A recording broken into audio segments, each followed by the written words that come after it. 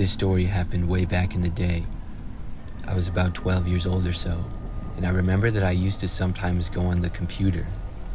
This was the early 2000s, and we had a desktop in the corner of the living room. Mostly I would play games on it, but I would also go on the internet and play games or go on websites for kids or teens. One time when I was at a friend's house, she showed me a chat room where she would talk with random people. We had a fun time just messing around and talking to people, making jokes and stuff. So one time when I was at home, I was bored later at night and I went into a chat room. I don't even remember exactly what the website was, but I entered the chat room and I started talking with random people. Nobody in the chat room could see anybody else.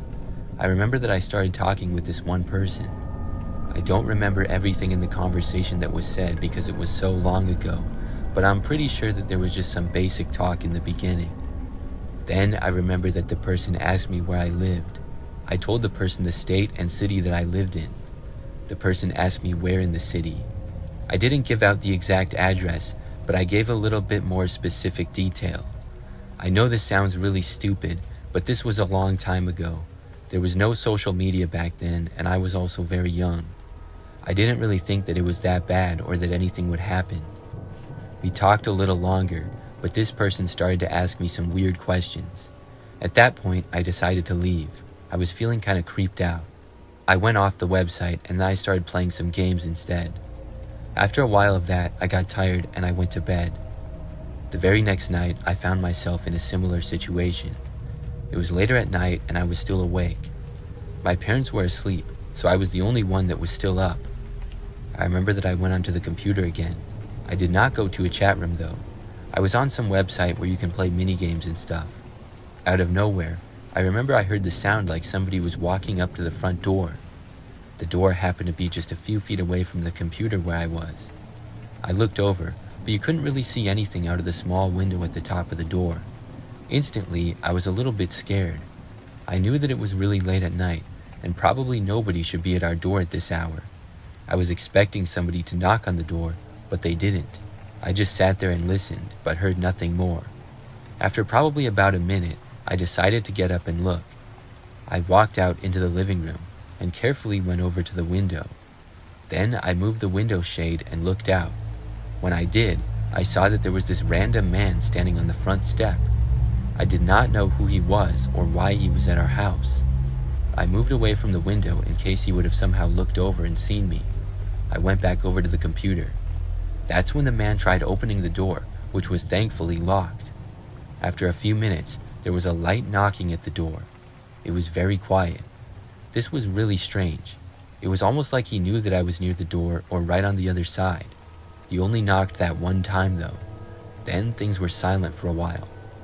After probably like 5 minutes, I went back to the window and I looked again. When I did, the man was gone. I was wondering still who this guy was and why he was there. Shortly after, I remembered the guy from the chat room and how he had asked me where I lived. Could this have been him? I decided to go back to the website. I logged back in and looked at the conversation that we had. I noticed that after I had left the conversation, he sent me a message saying, "I'm going to come to your house." That was the last thing that was said in the chat. I quickly logged back out and I was too scared to go back there. After that night, the guy thankfully never returned. I don't know how he found me, but it really gives me the creeps to think about it.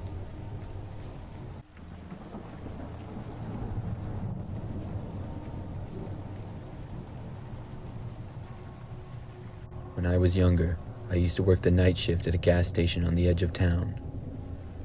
Overnight, it would usually be pretty dead.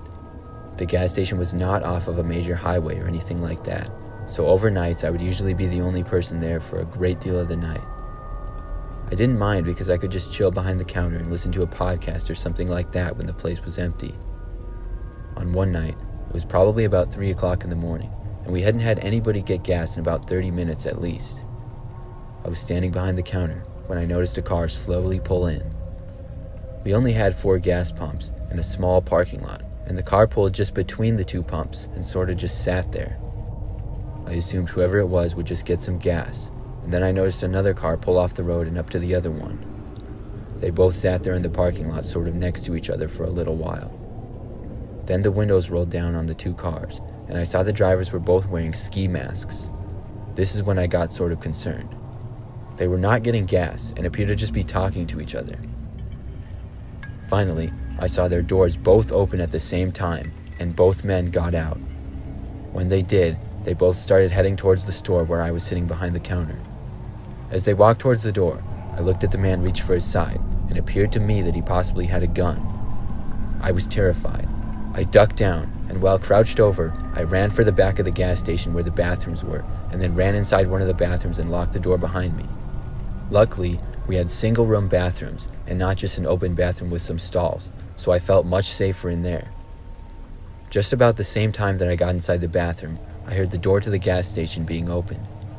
I sat on the ground next to the door and tried not to make any noise. I heard the men walking around the store and could hear them say a few words to each other but couldn't make out what they said. Then I heard some louder noises as if things were getting knocked over. I did feel kind of bad for just running away, but if these guys did in fact have weapons, I was no match for them, and I felt much safer locked in a bathroom than out there with them. Eventually, I stopped hearing the men and realized they must have finally left. I waited several minutes and then slowly opened up the bathroom door and peeked out.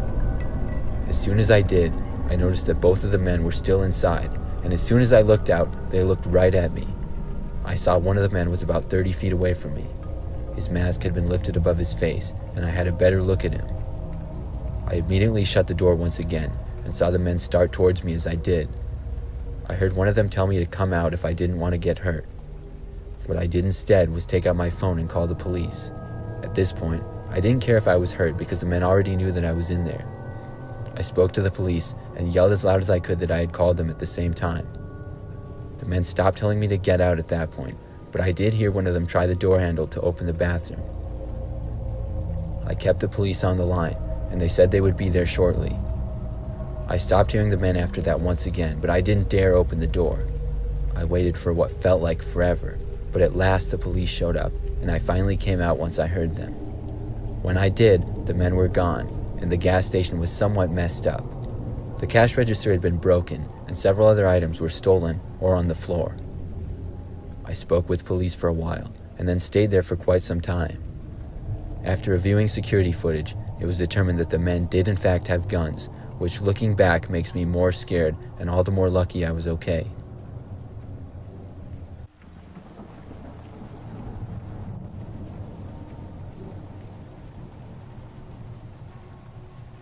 This happened just last year.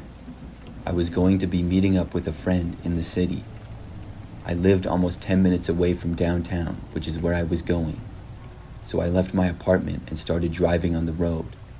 My apartment was on this really quiet street, and I remember that as I was driving there was a car behind me. I noticed it because the car was red, so it stood out a little bit. Of course, I didn't think that I was being followed at first. I went on my way to the city, and I wasn't even looking behind me for most of the way. But when I left the highway to take an exit for downtown, I noticed that the same red car was behind me. I thought that it was strange, but maybe just a coincidence. After making it into the city, I accidentally made a wrong turn. Driving in downtown can be very confusing. Even though I had the directions on my phone, I would still make mistakes in the city sometimes. So I had to go around and head back. I did notice that the red car behind me did the exact same thing, and that seemed really suspicious. So now I was worried that this car was following me, but I didn't know why. I was also trying to drive in the city, which was hard enough. I had to go to the end of the street and then turn. When I did, the red car did as well. I wasn't so sure if I wanted to stop and park and get out of my car if somebody was following me, but then I got lucky, or so I thought. The street that I came onto was pretty busy with a lot of other cars. It was almost stop-and-go traffic. I was able to sort of get away from the red car because there were so many others. I may have cut somebody off and changed lanes a little bit much, but soon I got ahead of the red car. There were several cars in between us, and I was feeling better about it. Then I had to make another turn, and I didn't see the red car behind me anymore. Moments later, I arrived at where I was parking. I was able to find a few open spaces on the side of the road, and I took one. After parking, I started to get out of my car, And then I noticed the red car. It was parallel parking on the side of the road just a few spaces behind me. My heart sank. I decided to go to the spot that I was meeting my friend at. I would just have to walk a couple of blocks. So after leaving my car, I started quickly walking down the sidewalk. Before I made it around the corner though, I looked back. When I did, I saw a man leave the red car and start walking in my direction. He was wearing a black jacket and also sunglasses. I continued to go towards my destination. I checked over my shoulder every minute or so. The man followed me all the way there, but he didn't get closer to me. He remained a good distance back. After arriving, I met my friend and told her about what was going on. I pointed the man out to her. Now, where we were, there was a number of other people around. My friend suggested that we go and confront the guy. He couldn't do anything with all these people around, so we both started to approach him. He was just kind of standing around in the corner, looking inconspicuous. When we got within maybe 30 feet of him, he turned and started walking away. I thought then that he was gone. We then went back and forgot all about him. So several hours later, I was leaving. I walked back to my car, and by now it was nighttime. But as I was starting to get inside of my car, I noticed that the red car was still there. I stopped and did not get inside of my car. Instead, I turned and started walking in the other direction. I heard a car door opening and then noticed that the guy was getting out of his car. I couldn't believe that he had been there the entire time. Once again, he started walking in my direction. Now, I started to walk on the sidewalk just to get away from the guy. I kept going and was hoping to get to a busier street. The particular sidewalk that we were on was now quiet at this time of night. The man stayed a ways back. I turned a corner and reached a slightly busier street, and that's when I saw a police car. It was parked on the side of the road with an officer inside of it. I walked straight for the car. When I arrived, I said hi to the officer and told him what was going on. I looked and noticed the man going back around the corner. The police officer then walked with me to my car. When we got near, the red car drove away. After that, I was able to get home without being followed, and I haven't seen the guy or the red car since. I still don't know how to explain it. I'm not sure why he was following me. It was very creepy.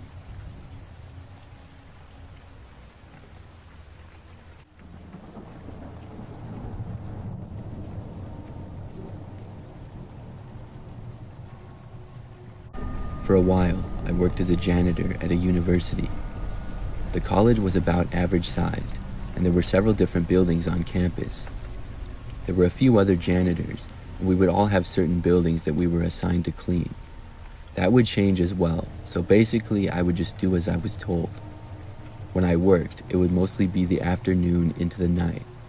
I would get off at like 10 or 11 p.m. oftentimes. One night, I was working in one of the buildings that had classrooms in it. It was at the west end of campus, sort of on the edge. I got inside the building in the evening, after all the classes for the day were completed. There were still a few students around studying and such, but not very many. As the night went on, there would be less and less. Most of the time, things were very similar from one building to the other. I started cleaning some of the classrooms, and it would take me a while. By probably 9 o'clock at night, there was nobody there at all. I had cleaned quite a bit, and I was just going to finish in the building and then be done. I had about 2 classrooms left. Now, the building had several different hallways, lounge areas for studying, and then offices. I was making my way down one hallway when I heard footsteps up ahead in the distance. They were going to the direction of the classrooms I was going to be cleaning, and I was walking towards them. As I did, I saw a man walk into my view from around the hallway. Then he kept going. Soon he went out of my sight. I didn't think too much of it because he was a long ways ahead of me, and I assumed that he was just a student. It was unusual for people to be here so late, but he was probably just doing some late night studying. So I kept going to the classroom that I was going to work in, and I arrived about a minute or two later. When I opened the door and went inside, the lights were off. After turning them on, the room appeared to be completely empty. I had my cleaning cart with me with lots of supplies. I began taking some things and was going to start working. Out of nowhere, though, I heard a noise coming from my left. I looked over and saw that there was a man running towards me at full speed. It was the guy that I had seen just minutes earlier. and now he was aggressively charging me. I barely had any time to react. The only thing that I was able to do was move back and try to get to the door. As I was doing this, the man reached me. I felt him grabbing at my arm, and then he hit my back a little as I was moving away. Then he crashed into my cleaning cart, knocking it over, and the man fell over as well. I was able to get away from him and leave the classroom, but I could see that he was getting up to chase after me. I ran down the hallway and found a door that was a bathroom. I got inside quickly and then locked it. The man got there about 10 seconds later. Looking back, I should have tried to leave the building, but I wasn't very fast and thought that the man might catch me if I left. He tried opening the locked door and then started banging on it. Luckily, I had my cell phone on me and I dialed 911. As I got on the phone with the police, the man was still ruthlessly banging on the door. I didn't know what on earth his problem was. He continued to try to get in the door, and I didn't say anything at all. I was worried that the door would break, even though it was pretty strong. It seemed to be holding up pretty well though. The man did not let up and continued.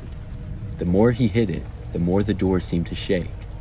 But I soon heard the sound of other people in the building, and I knew that it was the police. Before I knew it, they reached the man and stopped him from trying to get in.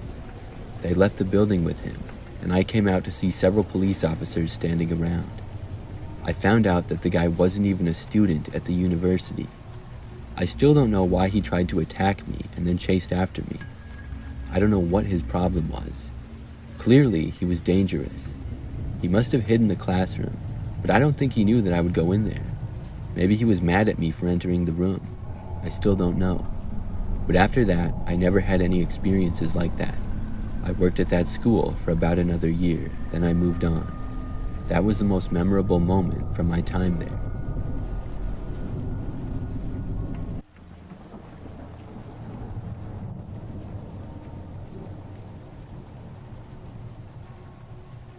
This happened just a few months ago. I live alone in a house in what I would describe as an average neighborhood. One night, I was by myself and in the living room, just relaxing and watching TV. It was 11 o'clock at night. That's when I heard my phone vibrate, the specific vibration it does when I receive a text. I was curious, and I picked up my phone to look. When I did, I saw that a new number that I didn't know had texted me. The text said, "Hey, I'm outside." This seemed bizarre right off the bat. I figured right away that it was a wrong number, and I thought about replying, but I didn't end up doing it. I just tossed my phone aside and forgot about it. But maybe just 10 minutes later or so, I was watching TV, but thought I saw something out of the corner of my eye. My living room is at the front left side of the house. There's a side window looking to outside, and some bushes are by it. Something moved out there, so I looked over. I saw what looked like a person walking past the window, but I saw no details about them because it was dark out and a long ways away. In fact, I only saw them for about a split second. I wasn't even 100% sure about it. Maybe I was just being paranoid, but it looked like somebody passed by the window. Now I suddenly started thinking about the text again. Could it not have been just a wrong number, but somebody actually at my house? Who would be here though, and why? I had no clue. I decided then to text the number back and ask them who they were. When I did, they responded rather quickly, probably less than a minute later. This text said, "Come outside and see." Now I was really creeped out. I had a feeling that somebody was outside of my house for some reason. I got up from the couch and looked out of the front window. My front yard appeared empty. I closed the shades. Then I went all around to different windows in the house. I went to the sides and the back as well, but everywhere I looked, I saw nothing. Of course, there were several places around the yard where somebody could hide without being seen. I had no idea where this person was. I walked back into my living room, and just as I did, heard a knock coming from one of the back windows. Instantly, I had a bad feeling about it. I walked back over to the dining room, where a window that looked out to the backyard was. Whoever had knocked on the window was now gone. I looked all around back there, but saw nothing. I then went back into the living room and texted the person back, asking them why they were at my house. The person texted back quickly once again. This time they said, "Come outside and I will show you, or do I have to break in?" I texted back saying that I was calling the police. Then I proceeded to do so. I told the 911 operator that somebody was threatening to break into my house, and I had reason to believe that they were on my property. I was told that officers would be there in a few minutes. Then I just waited and hoped that the person wouldn't actually try to break in. Meanwhile, I wasn't getting any more texts from the number. I thought about texting them again, but decided not to. Only like 5 minutes later, the police arrived. I saw the cars out front, and I went outside and talked to them. They searched my property and all around my house, but unfortunately, they didn't locate anyone. But as the police were still there, I got another text from the number. It said, "I can see the police there, LOL." I showed it to the police, and they looked around the street a little, but couldn't see anyone. They looked around for probably 20 more minutes. The person was never found. After that, they left. I was really creeped out by this, but luckily and surprisingly, I didn't get any more texts. I also didn't see any more creepy things outside. Looking back, I still don't know who it was. Sometimes I think that maybe it was one of my neighbors. That seems sort of far-fetched though. I still wonder about it.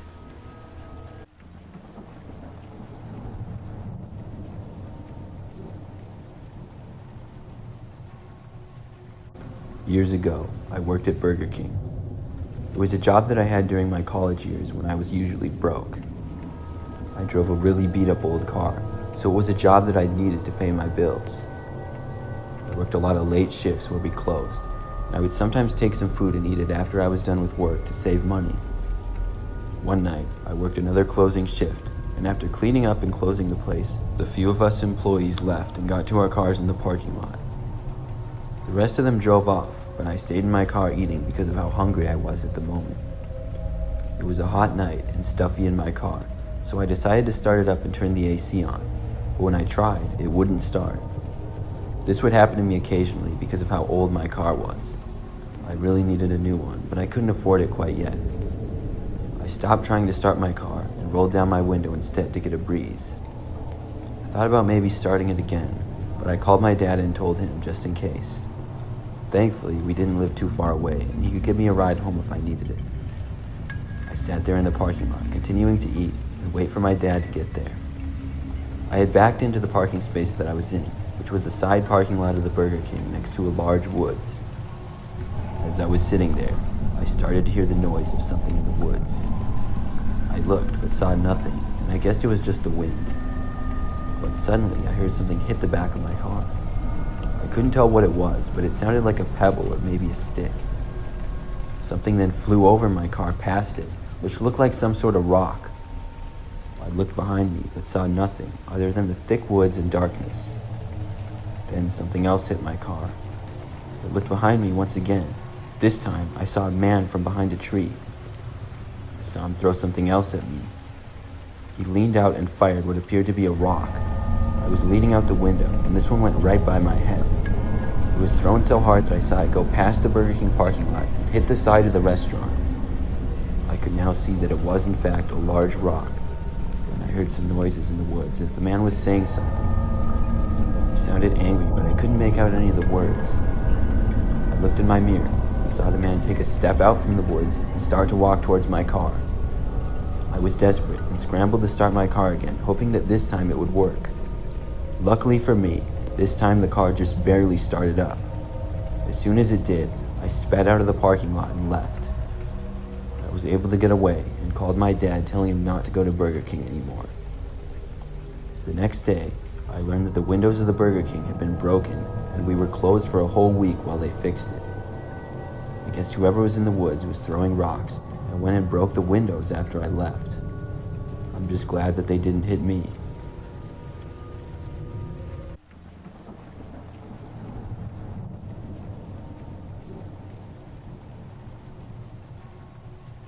This happened when I was much younger. I was around 12 years old or so. I remember that when I was growing up, we had a house that had a really big backyard. It was so large that there were several acres of dense woods beyond our little open area. We would often have all kinds of wild animals pass through the backyard, but by far the kind that we would see the most was deer. I would also go out into the backyard all the time because I was a pretty active kid and I enjoyed being in the outdoors. I didn't go very far into the woods much, however, though, because it was so dense and large. It would be easy to get lost, and we didn't have actual paths back there. So one evening, I was out in the backyard waiting to be called in for dinner. The sun was almost setting, and I remember hearing a noise on the edge of the woods. I looked over and saw a deer standing there. We made eye contact after a moment. The deer stared at me for several seconds before finally turning and moving back farther into the woods. I wanted to see where it was going, so I followed the deer a little bit. I got to the edge of the woods and saw the deer maybe 50 feet farther in. Then I noticed that there was another one. I started to walk farther and farther into the woods. I was trying to be careful not to startle the deer anymore, but they seemed to be moving farther away from me anyways. I ended up going pretty deep into the woods. The deer had completely disappeared, but I was still trying to see them. Eventually, though, I gave up and then started to head back. By now, I was pretty far out and was surrounded by trees. Plus, it was getting pretty dark outside. As I was making my way back, though, I heard another sound coming from behind me. Figuring that it was another deer, I turned around and looked. I saw a bush being moved about 30 or 40 feet away from me. I thought that it had to be an animal, but the split second I saw the bush moving, it didn't look like it. I kept watching and then saw a man come out from behind the bush and then go behind a tree. I didn't get a real good look at him, but it was enough to tell that I didn't know the man. It appeared to be some random guy and was not one of the neighbors. Nobody was supposed to be in our yard, so this was really strange. Immediately, I felt the need to go back to the house as fast as possible, but for some reason, I just stood there and kept looking directly at the guy. I think I was just in disbelief. So after a moment or two, the man came out from behind the tree. He was looking right at me, and then he started to walk in my direction. I turned and started sprinting back for the house. I ran probably as fast as I ever ran before. I did not bother to look back and see where the man was at this point. Soon, I was luckily able to make it back to the open part of our backyard. I kept running and then made it to the house and went inside. I locked the door and then quickly found my parents. I told them about the guy, and we then looked out of all the windows. The man was nowhere in sight. He must have stayed in the woods. My dad then went outside to look around, and even went a short ways into the woods. He came back and said that he didn't hear anything, and even called out asking if anybody was there. He also didn't see the man and said that the guy must have left, probably realizing that he shouldn't be here. I felt much better knowing that I was safe and inside. The rest of the night was fine, and I went to bed around the time that I usually did. However, before I fell asleep, I was lying in my bed, and I had my window open a crack to get some cool air inside. I heard the wind and the sound of crickets, but then I heard another sound. It was somebody walking out in the yard pretty close to my window. I looked over and at first saw nothing, but then a man came into view. The same man who I had seen in the woods earlier. He started walking right up to my window. Somehow, I had the awareness to quickly run over and shut the window and lock it. The man literally walked right in front of my face on the other side and looked at me. It was a terrifying moment, but I'm so glad that I closed the window. Then, I bolted out of the room. Luckily, my parents were still awake and in the living room. I told them about the guy. They came into my bedroom, but the man was gone by then. Once more, my dad went outside into the yard. Except this time, we called the police as well. They came out and did a search of the property, but couldn't cover the entire woods because it was pretty large. The man was able to get away. I slept with my lights on and windows covered for weeks, but luckily the man never came back and I never saw him again. Thinking about that experience still gives me the creeps. I'm really glad that I was able to close my window on time though.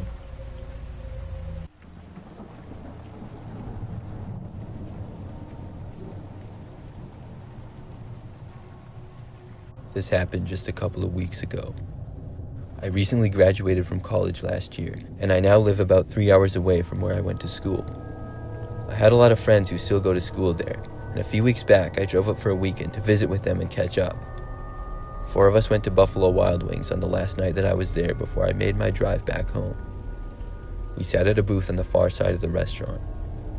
Not too long after sitting down, though, there was another booth about 30 feet away or so, and I noticed a man was sticking his head above the wall of it and staring at me. He had his eyes wide open and a really creepy face. I looked around to make sure he was looking at me. I figured he was joking around and I laughed, but about 10 minutes later, he did it again. He was just staring at me with really wide eyes and almost a crazy look on his face. Then he would slowly duck back down so I couldn't see him. This went on several more times. It went from being a possibly funny joke to just weird and annoying. My friends noticed it as well, but they mostly just thought it was funny. We all wondered who this guy was and why he was staring at me, and why he was doing it to me and nobody else. We also realized that he appeared to be alone and not with anybody. Time went by and we ended up just ignoring him. Eventually, we all left. I said my goodbyes to everybody and then had to make the drive back because it was already almost 9 p.m. As we were leaving the restaurant, I watched the guy stare me down one more time and wave at me as I walked by. He still had wide eyes and a creepy smile on his face. I got to my car and started to drive the 3 hours back home. About an hour into the drive, though, I pulled off the freeway and got some gas. After I had filled up my tank, I was driving back to the freeway and stopped at a red light just before the exit. A car then pulled up next to me at the stoplight. I casually looked over to see the same guy driving the car next to me staring at me with his wide eyes and slowly waving. I got completely creeped out and took off, even though the light hadn't turned green yet. Thankfully, there weren't really any other cars out and it wasn't a problem. The guy stayed there and then didn't even follow me. I was sure of this because I was looking behind myself basically the whole rest of the drive home. It always creeps me out thinking about how the man was next to me an hour away from the Buffalo Wild Wings where we both were. Was the guy following me, or was it just a coincidence? And why was he staring at me with such a creepy face? I guess I will never know these answers.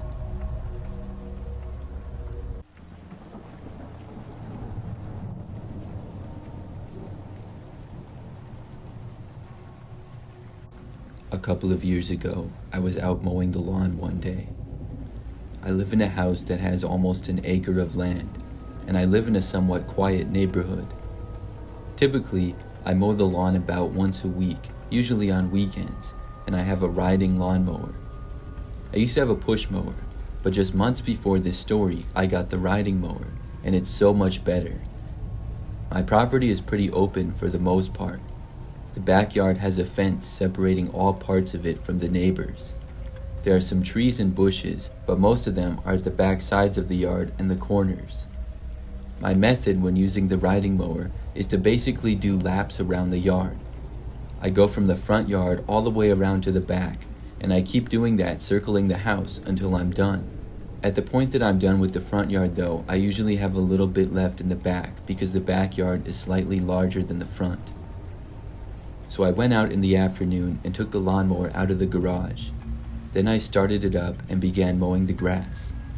I was doing my laps around, circling the house and cutting the grass. I remember when I was doing this, and in the front yard one time, I saw a man walking down the side of the street. He was approaching our house, and I did not recognize him as a neighbor, but I didn't really think too much of it. I went back around to the backyard, and the next time that I made it back around to the front yard, the man was now in front of my house. He was on the side of the street still, but was not walking. He was just standing there and appeared to be kind of looking up at my property. I didn't really know why he would be doing this because I didn't know the guy. I continued, and soon I made it into the backyard again. By the next lap, when I made it to the front yard, I did not see the man at all. I figured he continued and went down the street. So after that, I was mowing for maybe 20 more minutes. I finished in the backyard, and then I was finally done. I drove the lawnmower back around to the front where my garage was. Then I drove it back inside to its place and I turned it off. After I got off the lawnmower, I was about to walk back inside of the house which connects to the garage, Inside the garage, I have the typical junk that would be in most garages. It's not too messy, but a little bit cluttered.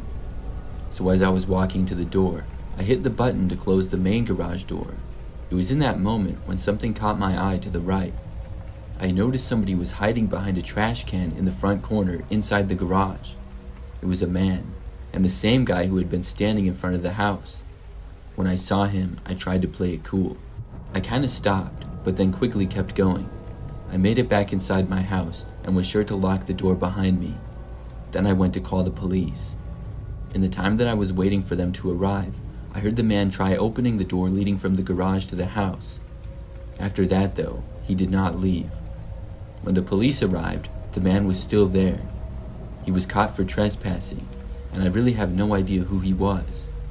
But when I mowed my lawn, I would always leave the garage open to that point because I was close by.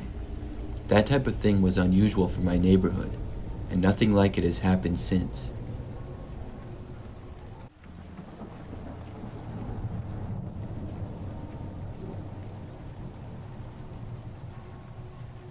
This happened roughly 5 years ago.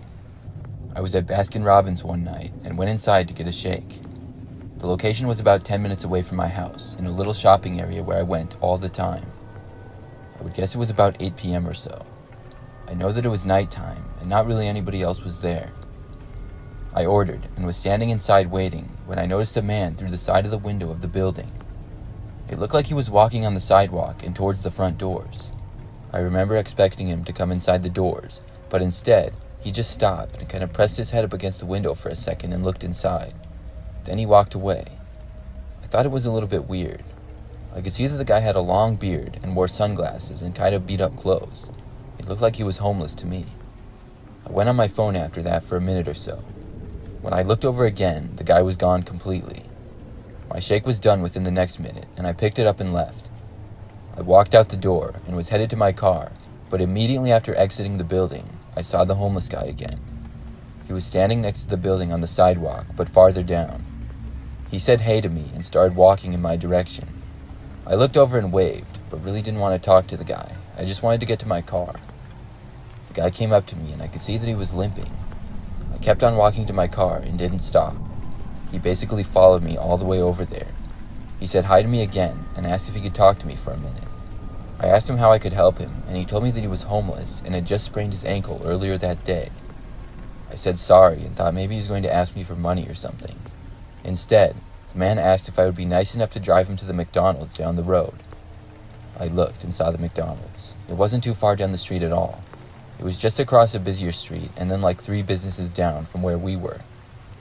I had a bad feeling about it, and I didn't know this guy. I just really didn't want to give him a ride. I wanted to help people, but something about this guy just seemed way too sketchy. I told him sorry but no, I was really in a hurry and was going in the opposite direction. Of course, I made up the second part. I wasn't in a hurry, but I felt like I needed to give the man a good reason. He asked again, and I just told him no and I couldn't do it. Then I got inside my car. I felt really bad, but I didn't want the guy getting in my car with me. He just seemed sort of creepy. The guy stood there right next to my driver's door for a few seconds, and then slowly walked away. I got inside of my car and locked the doors. I felt much safer now, but I also felt bad at the same time. Was I a bad person for not giving him such a short ride? I looked in my mirror and noticed the guy walking away still. He was going to the parking lot of the business next to Baskin-Robbins, which was a Chipotle. When he got to the Chipotle, I saw him suddenly speed up his walking and start to walk at a really fast speed. He was no longer limping. I then saw him walk up to a car, pull out some keys, unlock the car, and get inside. Once inside, I watched him pull his beard right off his face. My jaw dropped as I saw this. He then backed out and drove away.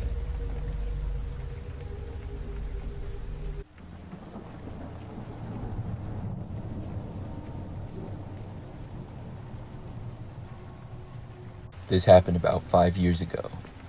I've always liked fishing. I'm not the greatest in the world at it, but I've caught some fish that I'm proud of over the years. I really enjoy getting out to different lakes and fishing, but I like fishing on my property the most. I have a really big yard with the woods that connects to a lake on the back side of it. It's only about a 5 to 10 minute walk through the woods on my property to the lake that's connected to it. One day, I went out early in the morning before the sun was up to do a little bit of fishing. I had a little dock on the lake, and I did have a boat, but on this day, I was just sitting at the end of the dock fishing in the little chair I had out there. It was a very relaxing morning, and the sun would be coming up shortly. I wasn't getting many bites, and suddenly, I heard a splash of water in front of me. I looked, but I didn't see anything. I really couldn't tell what it was. I looked into the water, but nothing seemed to be there. I kept on fishing, but less than a minute later, I heard another loud splash in the water. But this time, I saw something. It looked like a rock had gone whizzing past me into the lake.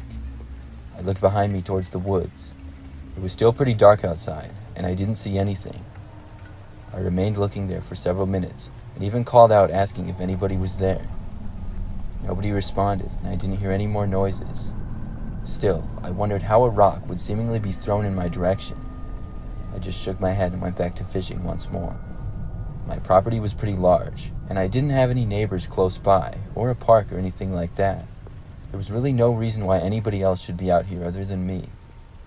Then, once again, I heard a noise, but this time, just after hearing it, something actually hit me on the back of my left arm. It fell to the ground on the dock and then into the water. It appeared to be a stick. It wasn't just like a twig though, it was a thicker stick, but it was short. It hurt, but it wasn't like a rock or anything. I turned around and this time screamed at whoever was there. I told them they were on private property and they needed to get out of there now. I heard a small movement in the woods, but it was still too dark to see. After that, things were silent for a few minutes. I figured I scared off whoever was there. Maybe it was some kid or something. I didn't know, but it was sort of creepy either way.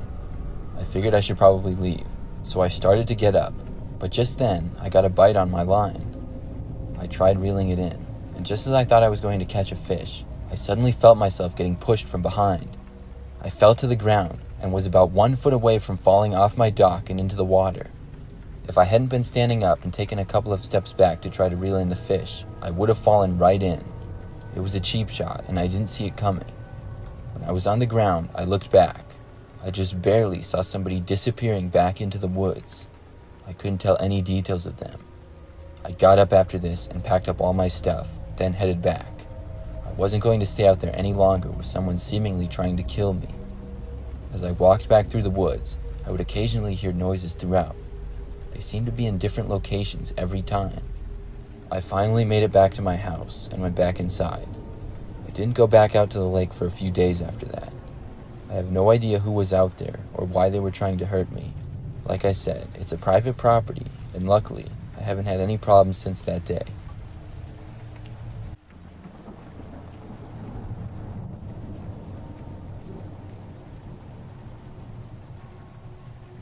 This is the story of last spring when I went on a trip with some friends. I was a senior in college during this time, and spring break came in March. My friend group that was going was the 3 other girls that I lived in a house with at school, and 1 other. We planned the trip all the way back at the beginning of the school year. We were going to Miami, Florida, which is a popular destination for spring break. There's a good city and beach there, so we were planning to have some fun activities. It was also very cold at the university for us, so we were going to a very warm place in Miami. When spring break came, we all boarded a flight and arrived in Miami on Friday evening. The 5 of us had rented an Airbnb together, which was pretty nice. It was a 3-bedroom house that wasn't that large, but plenty of space for us. It was in a good location, but we saved some money by booking it early. It also wasn't too bad because we split the cost 5 ways. We were staying for a total of 5 days there. The first couple of days went as expected. We went to the beach a lot and to some restaurants and bars nearby, as well as some other places.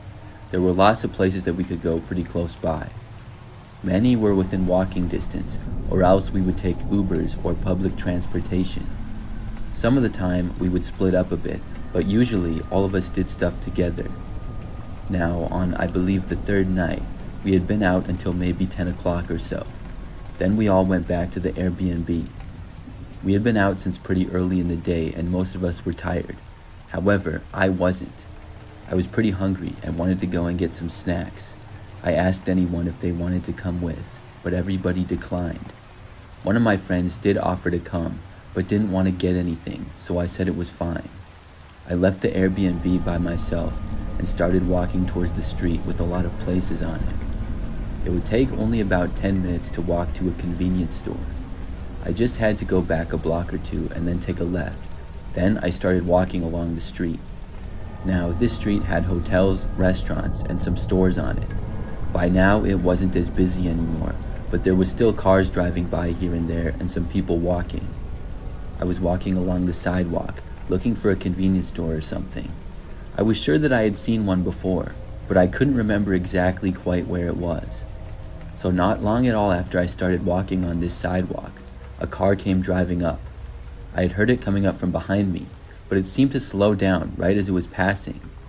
Then the car pulled over about 10 feet in front of me on the side of the road.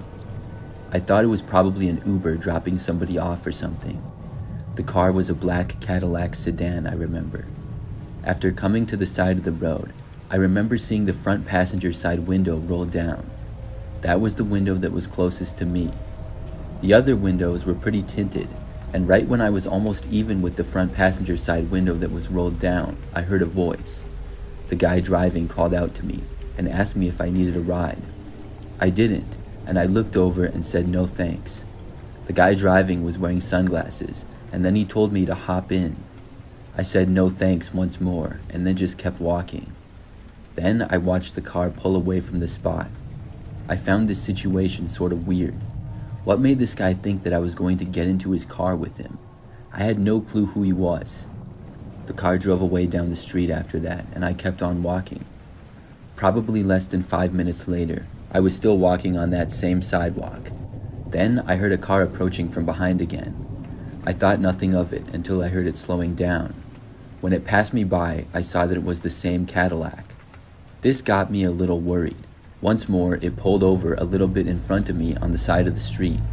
When it did, I kind of moved to the right a little to be farther away. After the car stopped though, this time the back door opened.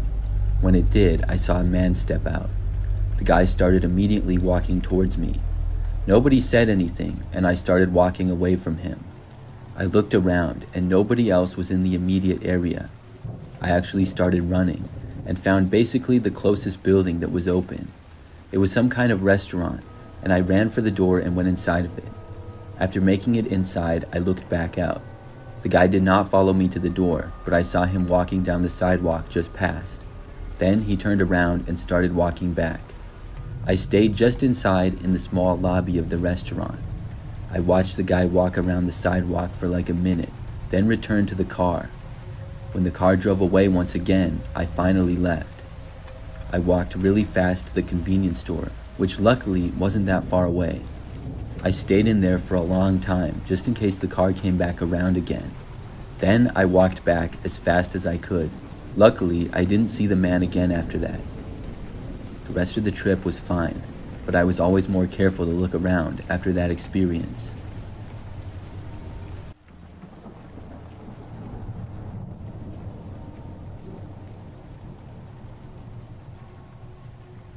I used to be a janitor for a high school.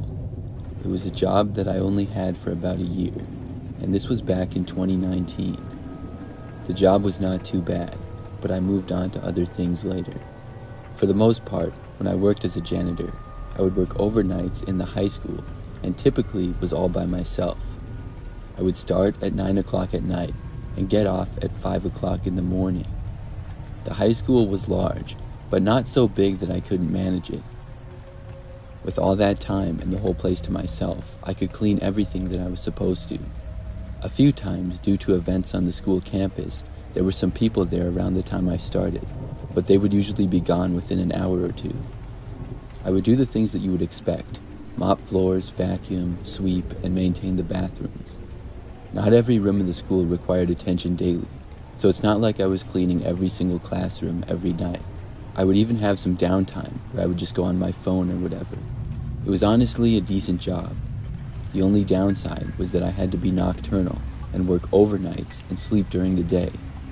The other downside was that I was all by myself all night in a school, which sometimes felt sort of creepy. Most of the lights would be off, and a lot of them were motion-detected lights, so they would turn on when I went near them. One night, I was working at a random hallway cleaning the floors. It was probably about midnight or 1 a.m. I remember that I thought I heard footsteps coming from not that far away. I looked over, but saw nothing. Now, the footsteps might not have been in my sight and come from around the corner. I walked over, wondering who was in here. As far as I knew, I was all by myself, like always. When I made it to the end of the hallway, I looked around, but saw nothing. I went back over to where I had been and continued work. Maybe I had just imagined it. I wasn't 100% sure because it hadn't been very loud. But probably 10 minutes later, I heard footsteps again. This time, I knew I was hearing it. I looked to the end of the hallway, and when I did, saw a man walking by. I only saw him for a couple of seconds because he walked past the hall to another. He was only visible for a short amount of time. I could tell that it was a man though, and seemingly an adult. But beyond that, I couldn't really tell any details because he was kind of far away. I started walking over and called out, asking who was there. Nobody was supposed to be in the school at this time. Nobody answered me when I called out though. When I got to the end of the hallway and looked, he was gone. There were other hallways that he could have gone down though. I walked a little ways farther looking around and asking if anybody was there. But I saw no one and didn't hear anything either. After that, I wasn't really sure what to do. I just ended up going back to work where I had been. Some time went by, and eventually I moved into another hallway. Probably 3 hours or so after the last time I saw the guy, something else happened. This time, I was facing the end of the hallway, and out of nowhere, I heard this noise behind me. I couldn't really tell what it was. I turned around and looked back, and saw a basketball rolling right in my direction. It went past me and hit a locker. When I looked up to where it had been rolling from, I didn't see anybody. I suspected that whoever was in the building stood at the end of the hallway that I was in and rolled the ball towards me. Then they moved away out of my sight, but why they did it, I had no idea. I picked up the ball and walked to the end of the hallway to where it had been rolled from. I called out once more, asking if anybody was there. Still, nobody answered me. I stood there in silence, looking around for like 5 minutes. I didn't see or hear anything at all. Somebody was messing with me, but I didn't know why. I mean, they weren't even supposed to be here in the first place. Once more, I went back to work. From that point on, I wasn't bothered again for the rest of my shift that day. Just before I was done, I decided to walk all around the school to look for the person. I went into every wing and hallway and asked if anybody was there in each one. I even checked all of the bathrooms, but nobody ever answered me, and I didn't see anyone either. At 5 o'clock in the morning, I got off, and another janitor got there. I told him about what had happened and asked him to keep an eye out for the guy. Then I left the school and drove home. During this time, I was living in a small house by myself, about 10 minutes away from the school. I got back, and my typical routine was to go to bed and get some sleep. It was strange to go to sleep at like 6 a.m., but I got used to it. So on this day, it was probably 5 minutes after I got back home and I was in my kitchen. That's when I heard a knock on my front door. Instantly, I was confused. I walked over to the living room and looked out of the front window. Nobody was there. Just off in the distance, I saw a guy walking down the street. I saw him for just a second or two before he went out of my sight. It looked like the same guy who had been inside the school. I was so creeped out. I didn't fall asleep for hours. But luckily, the man never returned. And after that day, nothing like that happened in the school ever again either. I still wonder though, who he was and what he was doing.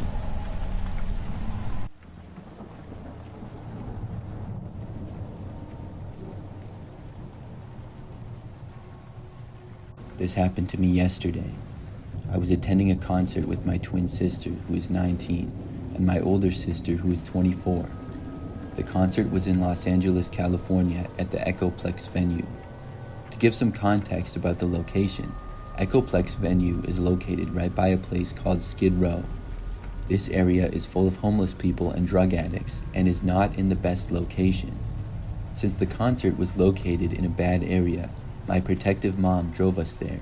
She also brought a taser and pepper spray with her just in case something happened. I will later explain how this is relevant to the story. The concert was supposed to start at 7, and there were no assigned seats, just standing room only. So my sisters and I wanted to get there at least 3 hours before to wait in line so we could get the best spots to stand at. To describe the layout of the venue, the entrance of the venue was located in an alleyway. It was pretty evident that we were the first fans there. So we got there through the alley and pulled up to the entrance and asked one of the security guards where they wanted us to start the line. He told us that he wanted us to start the line on the sidewalk and pointed to the entrance of the alleyway. We made our way there, and we knew we would be waiting for a while, so we brought lawn chairs and set them up along the sidewalk. My mom, being street smart and overly protective, did not want to drop us off and leave, so she stayed in line and waited with my sisters and I.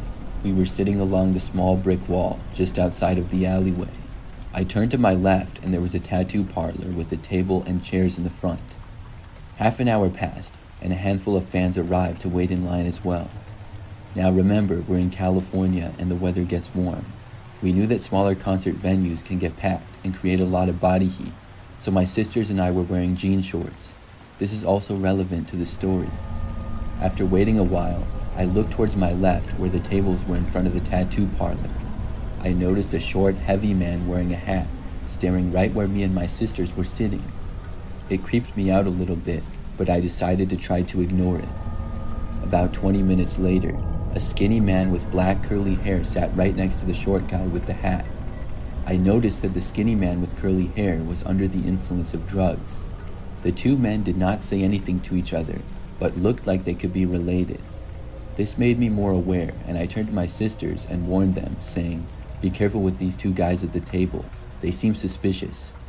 I tried looking forward to the concert, but I was terrified as I noticed that now the skinny man was starting to look at me from the table. He began to walk past the entrance of the alleyway and right past us a couple of times, and every time he passed by, I held my breath out of fear.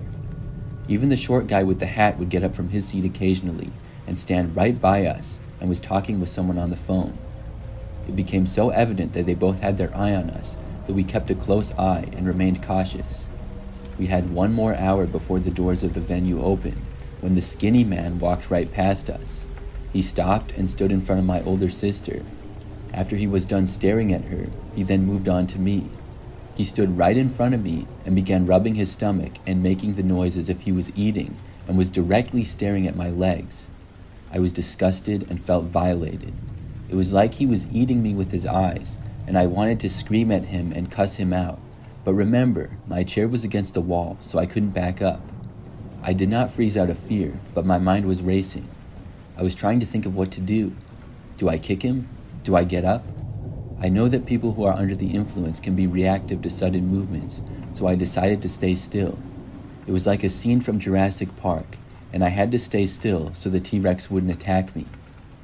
My mom was standing right next to me and clutching the taser, ready to zap him. She kept telling him to stop looking at her and back up. This made me feel a little more safe, but what was alarming was he was still not leaving after my mom's multiple warnings. Finally, my mom yelled for security, and he quickly left and retreated to the tables in front of the tattoo parlor. That was not that far away from where the short man was still sitting. After going to the tables, he was still staring at me with a big smile. When I told my mom that he was still staring, she looked right at him, and his eyes changed from my direction to my mom's. His expression changed from smiling to now angry, and a look of hate towards my mom because she got in his way. If you're wondering why no one in line helped us, most of the people who were in line were females who were just as scared as we were. The males in line froze, and when we told security about it, they said they couldn't do anything. That was because the line was outside of the venue, and they're required to only protect the inside of the venue. The girls behind us in line told us that as the man retreated back to the table, he noticed that my mom turned her back for a second. When she was turning her back, she joked with us how she was ready to zap him. Not even 5 minutes after the incident, the short, chubby man with the hat asked one of the employees of the venue what time the event ended. After that, he left without the skinny man. This terrified me because he didn't know anyone who was going to the concert and he didn't have a ticket, so why would he be asking that? I told my mom that I heard the short man ask the employee, and she told me that she would be waiting right outside the venue for us and to text her before leaving. Finally, it was time for the concert to start, and the doors were open. As my sisters and I were walking through the alley to get to the doors, my mom later told me that the skinny man and short man were smiling, watching us walk in. We finally got inside the venue, and the thought and fear of the men stayed in the back of my head for a while. But eventually, I forgot about it and was able to enjoy my time at the concert. My mom texted my sister and told her that she called my uncle, who's a correctional officer. She told him what happened earlier, and he was upset and decided to make the 1-hour drive and wait right outside the venue for us with my mom. This made us feel a lot more safe. When the concert finally ended, we began to walk out of the venue, and I saw my mom and uncle waiting right outside. When I looked past them, I saw the same car the short chubby man was in, right in the front, now filled with a lot of men in the back seat just waiting. My mom and uncle told us to walk in the other direction from the car, and so we did. Thankfully, we made it to the car safely and drove home. I don't know what the two men's exact intentions were, but all I know is it was not good. I'm just glad that we made it out safely.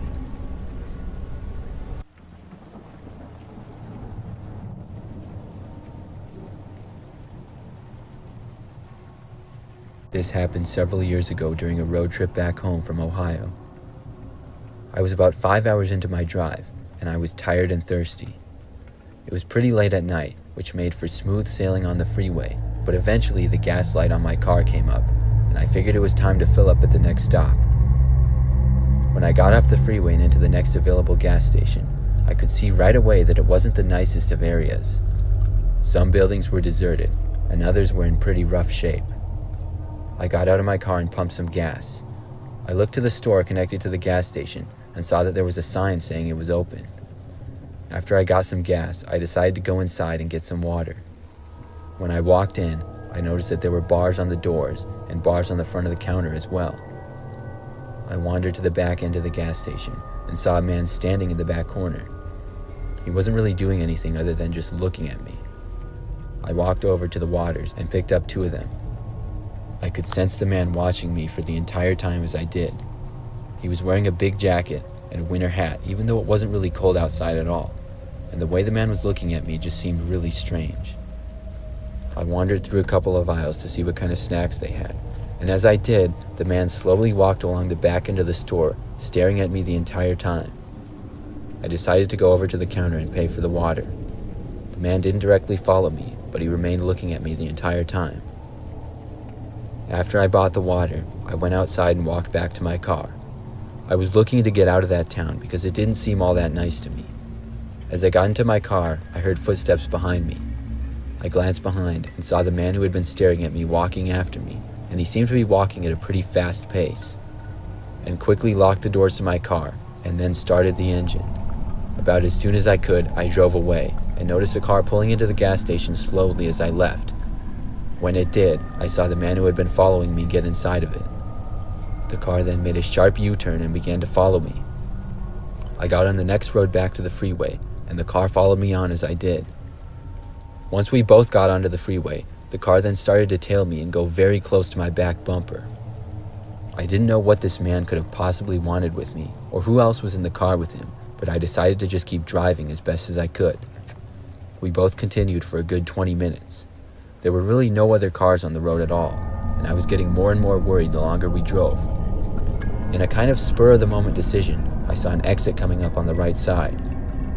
I remained on the road until the absolute last second I could, and then suddenly swerved to the right and took the exit with just a little bit of distance to spare before I went off the road. The car tried to follow me, but couldn't quite make it and ended up staying on the freeway. I quickly made several turns and drove around that town for a while before merging back onto the freeway. I didn't see that car or the man again, but I always wonder what they wanted from me.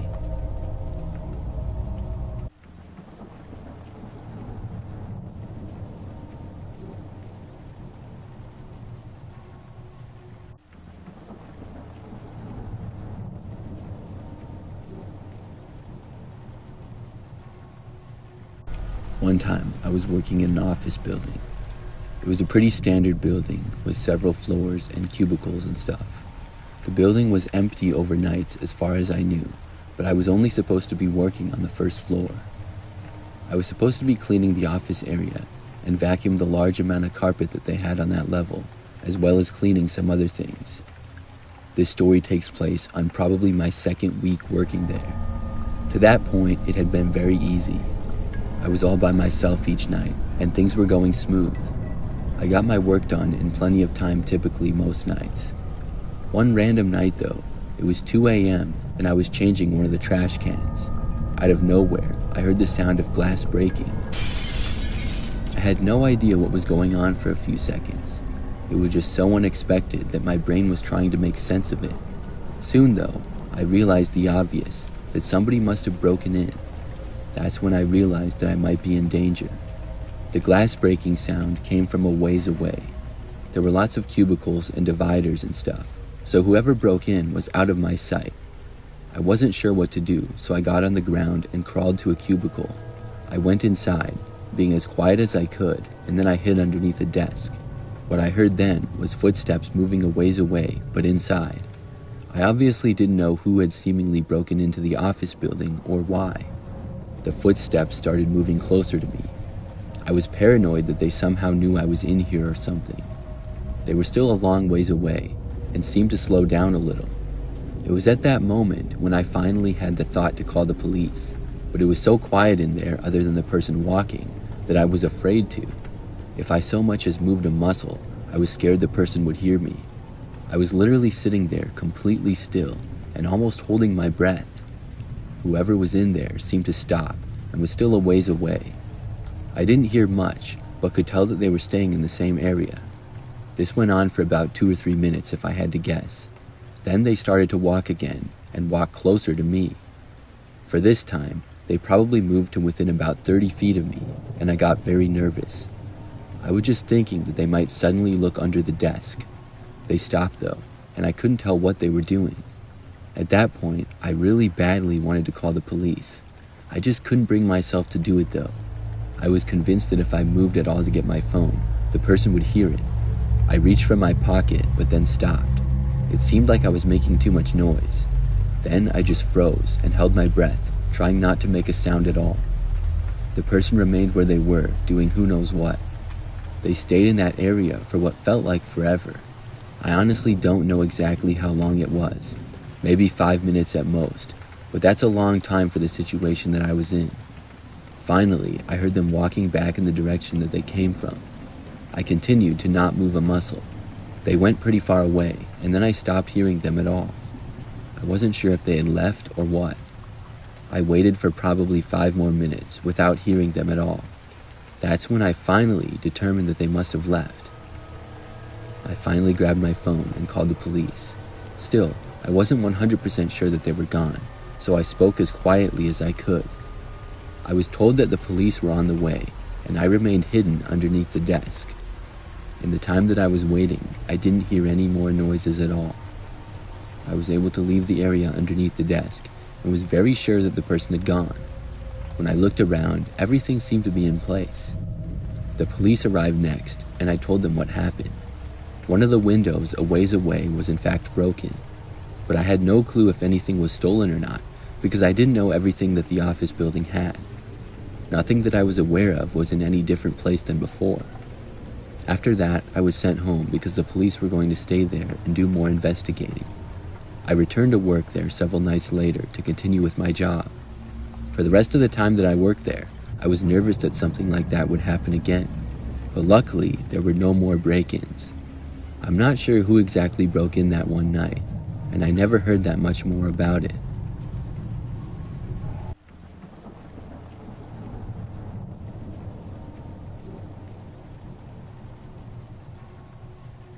I'm a female and my name is Jessica. This occurred 2 years ago now. One day, I got a new text on my phone, and it said, "Hey, is this Jessica?" I didn't know who it was, but it possibly could have been somebody that I knew.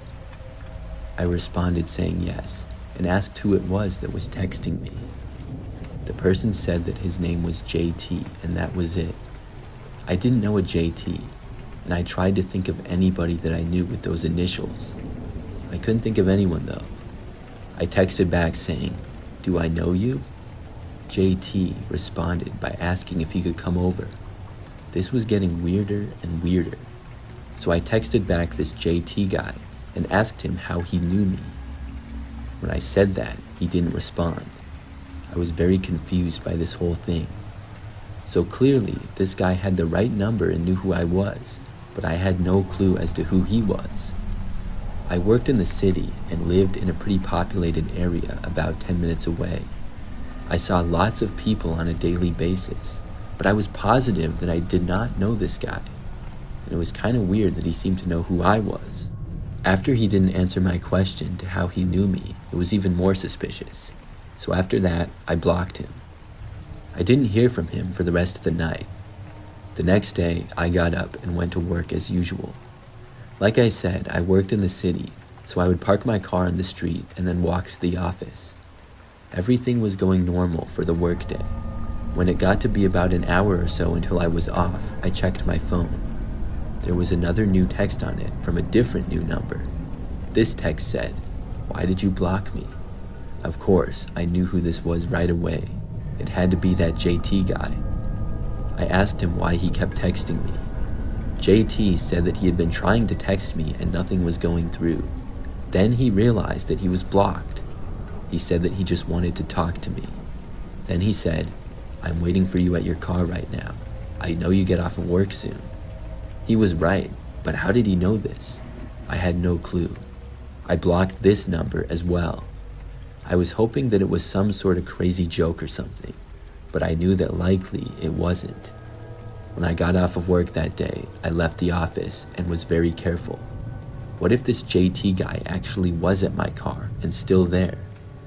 I walked back to my car, which took just a few minutes. I got within view of it, but was still a long ways away. There was this man standing near it on the sidewalk.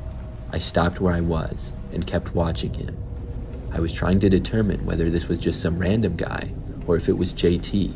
The guy wasn't walking away and just looking around. I did not recognize him. Then he looked over into my direction and I saw him make eye contact with me. I looked away, but then I saw him start to walk over to me. He was a long ways away, but I knew that I needed to get out of there. I started walking down the sidewalk in the opposite direction as quickly as I could. I made it a few blocks and then saw a grocery store and walked inside of it. I was hoping that JT hadn't seen me go in. There was a decent amount of people out walking on the sidewalks and stuff, so there was a chance he didn't. I walked around in the grocery store for a few minutes looking around. I wasn't really sure what to do. I was hoping not to see JT anywhere. But then I saw a police officer who just happened to be inside of the grocery store. I approached the officer and told him about my situation. He said that he could walk to my car with me and see if JT was still out there. So we left the grocery store and I kept my eyes out for JT, but we didn't see him at all. Thankfully, I made it back to my car safely and then was able to drive home. I was glad that I made it back.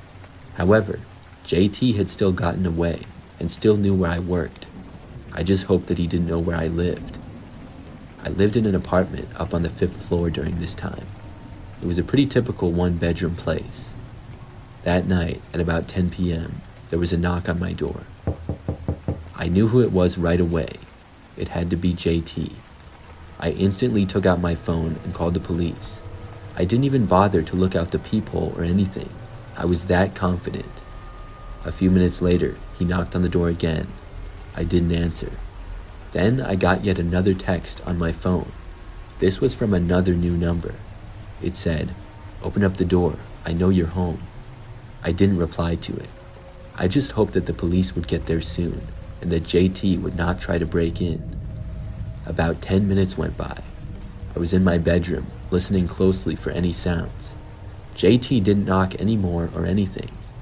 I figured that he probably left, but suddenly I heard some voices from the hallway.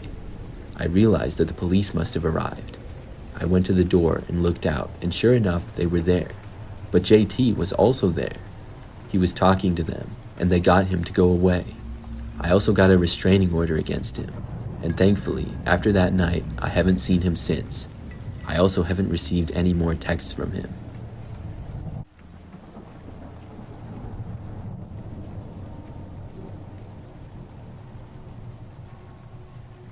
This happened back in 1996. I was driving home from work one night. It was kind of late at night, and I lived in a house that was roughly 20 minutes away. So I remember that after leaving work, I was driving down the road and this car came up behind me. It was still pretty early on in the drive. However, I didn't suspect the car to be following me until maybe 5 minutes after this, when I turned 2 more times. The car remained with me. I'm not sure when this car started following me, if it was right when I left work or afterwards. However, I did not recognize the vehicle, and I didn't know who this could be. None of my coworkers lived by my house. This car was a white sedan, and it just looked pretty average for the most part. I really couldn't tell who was driving. I kept going back home, and I just hoped that the car would stop following me at some point. At first, I was thinking that this had to be a mistake. Maybe the driver of the car thought that I was somebody else, or maybe there was a chance that they weren't actually following me. By the time I had made it to my street though, the car was still there, and my street was generally pretty quiet. So when I got there, I really didn't know what else to do, so I drove to my house. My plan was to go into the driveway, and then go inside and hope that nobody chased after me or anything. But when I reached my house, before going in the driveway, I slowed down significantly. When I did, the car behind me got right up really close. It became pretty obvious that they were likely going to pull into my driveway after me, so then I just stopped in the road. I didn't think that it would be a good idea to go into my driveway anymore. As soon as my car stopped, I saw in my rear-view mirror multiple doors to the car behind me opening. It looked to be just about every door except for the driver's. 3 men then got out of the car, and all of them at once started walking in my direction. As soon as I saw this, my instant reaction was to drive away. I hit the gas and started moving. The men were able to just about reach my car, but then they stopped when I was moving away fast enough. After that, the car behind me started to move forward towards me, but then it quickly stopped. Then the men raced over and started getting back inside of the car. I tried to use this to my advantage and drive as quickly as I could to the end of the street. By the time I reached the end though, I could see the car catching back up with me. And because there was really nobody else out on the road, it would be difficult to lose this guy. So I knew that I couldn't go back to my house at this point, and I decided to just drive around. I really didn't know what to do or where to go. It was late at night, and all of my family and friends were probably asleep. And remember, this was 96, so I didn't have a cell phone. So I went back out onto another road with this car right behind me. I was able to soon get onto a nearby busier road, but there was still nobody else out driving. The car with at least 4 men in it was staying right behind me. I drove down this road for probably another 10 minutes. Then I saw something that caught my eye. There was a gas station up ahead that appeared to be open, and not only that, but there were what looked like 2 cars getting gas. I knew that I had to go there, and I pulled off the road, and then there was a quieter one before the gas station. The car behind me followed onto the quieter road, but when I pulled into the gas station, the car behind me did not. I went right behind another car that was getting gas. Then I got out and looked around for where the car that had been following me went. I saw that the car turned its lights off and was parked on the side of the quiet road that the gas station was on. I realized that they were probably waiting for me to leave. I was happy to see that none of them were getting out of the car though, so I went inside of the gas station. Then I went to the employee behind the counter and I asked him to call the police. After that, I waited inside for them to arrive. But sometime between when I went inside the gas station to when the police got there, the car left. It was maybe 5 to 10 minutes of a wait. When they got there though, I went outside and saw that the car was gone. I told the police what had happened. There wasn't much that could be done though. After the police left, I was able to drive back home and luckily didn't see the car again. I've always wondered why those guys were following me. I didn't recognize any of them, and I don't know what they could have possibly wanted. I'm really glad that they didn't catch me though.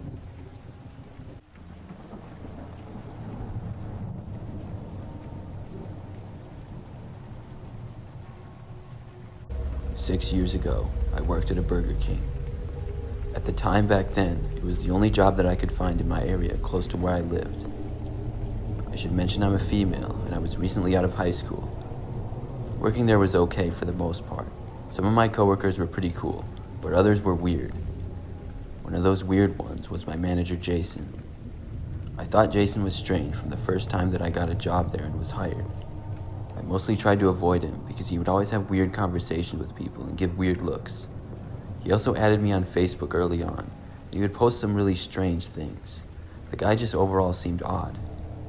He never really did anything that crazy at work, but a lot of little things. I only worked at the Burger King for a total of 4 months. When I was able to find a different job, I quit and started working somewhere else. I think about 2 months after I left Burger King, I got home from my new job one night to see a car parked in front of my house. I didn't recognize it, so it was a little bit strange, but when I looked closer, I saw that the car was off and nobody appeared to be inside. I went inside after that. I lived with my parents, and by this time it was late, probably like 11 p.m., and they had already gone to bed. I changed, took a shower, and then got into my bedroom.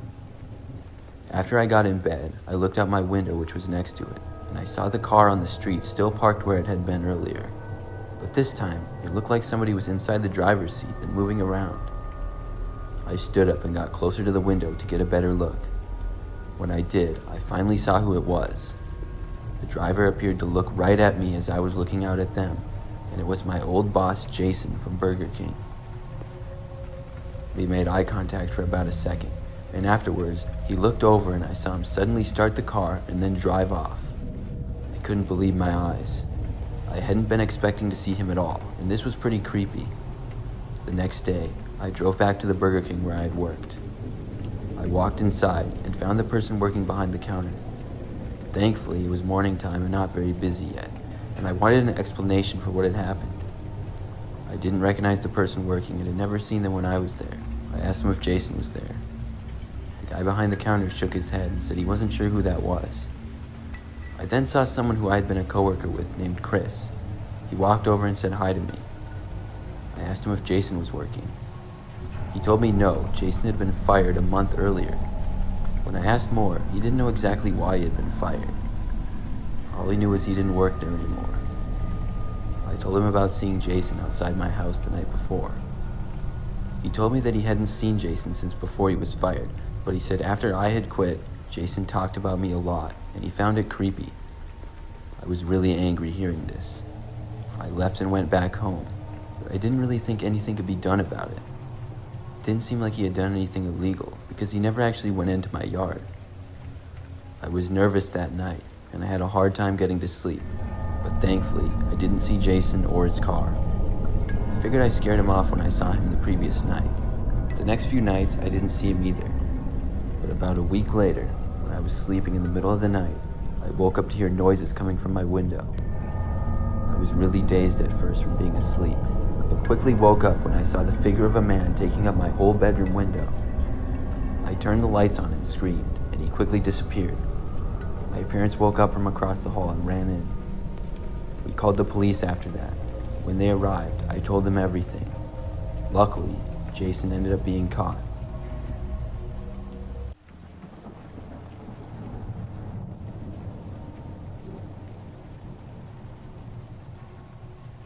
I used to go hiking here and there. I went one time about a year ago on this trail that went into the middle of the woods. The area that I live in is a little out in the country, and there's a lot of good places to hike. So I was at this one hiking trail, and this was my first time at this one in particular. I started on the trail and things were fine. There seemed to be nobody else there at all. The trail was very long, but I say that because when I arrived, there were no cars in the parking lot. And as I started hiking, I did not see or hear anybody either. I went on the trail for about 30 minutes. By that time, I had reached a part that was in the middle of really thick woods on both sides. As I was walking down the path, I remember hearing a noise ahead, just inside of the woods. It was pretty far ahead, but I stopped to look. Of course, I figured that it was probably an animal of some kind. Moments later, instead of an animal though, a man appeared on the path. This man had long straight hair and a mustache. He walked out to the middle of the path and sort of faced me, but did not seem to be looking at me. Then he just stood there. I continued to stand where I was too. After the man didn't move for a few moments, I actually thought about turning around and going back. It just seemed really weird to me. But then I thought that I would just keep going and walk right past the guy. I approached the man, who was still standing right in the center of the path. He started to look at me as I got closer and was just staring. When I got real close to him, I waved and said hi. The man did not say hi back to me or wave. When I reached him, I was going to go around, but he stepped in front of me. The guy asked me where I was going, and I said that I was just walking on the trail. Right after the man started talking, he seemed a little bit off, like maybe he was on drugs of some kind or something. He was acting pretty sketchy, and then he told me to follow him. I said no thanks, and I decided that I would just walk back then. I said I really had to get going, and the man said okay. So I turned around and started to walk back. The man just continued to stand in the same spot for a while. Then I heard some noises just inside the woods on the trail, and I turned around. I saw the man walking back into the woods. I was glad to be getting away from him, because he seemed very strange, and I didn't know what he was doing. So I was just going to walk back to my car in the parking lot. But a couple of minutes in, I heard a noise pretty far back behind me on the trail. I turned around and noticed that the man was now walking on the trail behind me. He was pretty far back, but I saw that he was now carrying what looked like a large stick. I tried to walk a little bit faster and kept going. As I was doing so, I did my best to ignore the man. I could sort of hear him walking a ways back, so I would know if he was getting closer. About 5 minutes later, the man was still there, walking on the trail behind me. But shortly after, I stopped hearing him. I felt better and thought that he must finally be gone. But then, I heard him again a few minutes after that. He was still following me. The longer this went on, the more nervous that I became. Without really trying, I was now walking extremely fast, and it seemed like the man was keeping up with me. But he was not really getting any closer, which was good. This continued for what felt like a very long time. At last, I could see the beginning of the trail where the parking lot was. I got out my keys as I approached, and when I reached the parking lot, I looked back again. The man was still there. I quickly unlocked my car, got inside, and then locked it. As I was driving away, I looked back and I saw the man reach the parking lot. He watched me drive away, and I was really glad to be getting out of there. I ended up reporting the guy for following me and his sketchy behavior. I didn't want another hiker to encounter him. After that experience, I've not been back to that trail. I don't really know who the man was, how he got to the park, or what he was doing. It was really strange for him to follow me all that distance.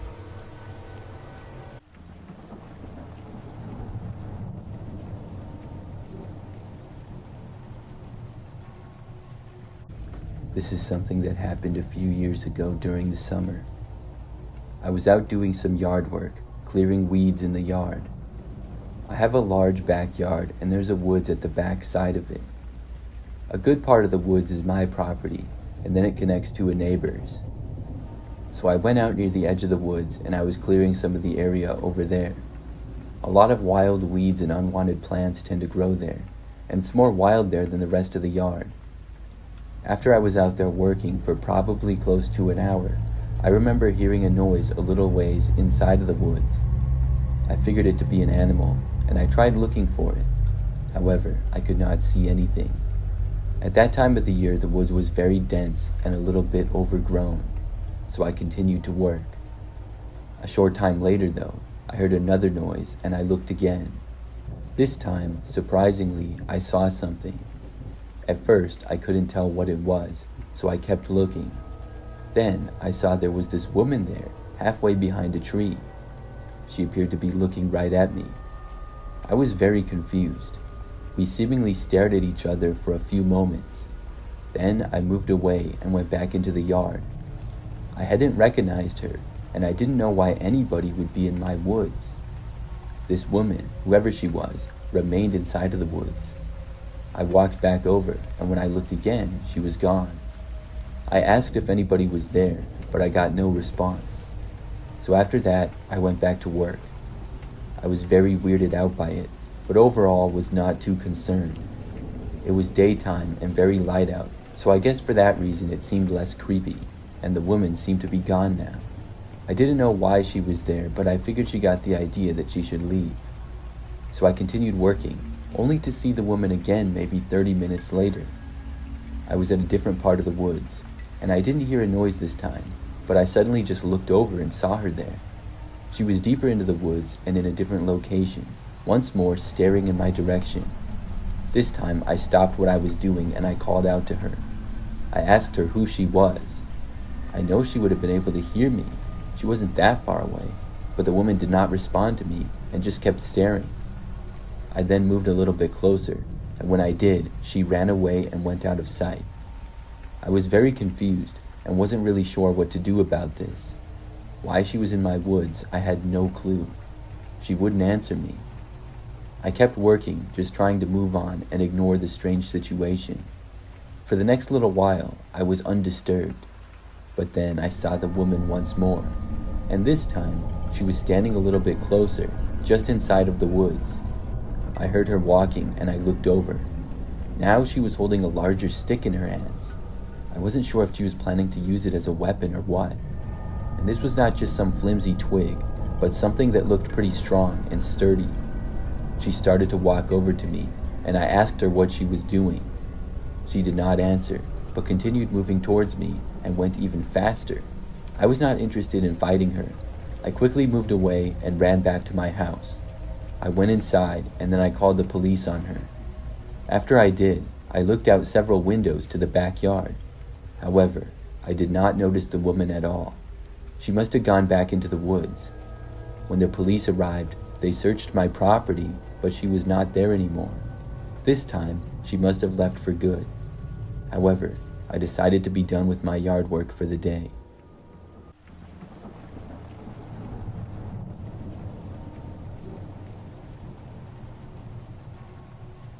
Several years ago, I was traveling through a very rural area where I received no service on my phone or anything like that. I was on my way across a 3-state road trip for business. I had been following Google Maps for the trip, but when I got into this particular area, it completely stopped working. Unfortunately for me, I was not on a major freeway or highway, so it wasn't all that easy for me to navigate the more quiet roads. My goal was to make it back to the freeway, and then I would know where to go from there. But I must have made a wrong turn or something, because the more I drove, the more I seemed to be going into the middle of nowhere.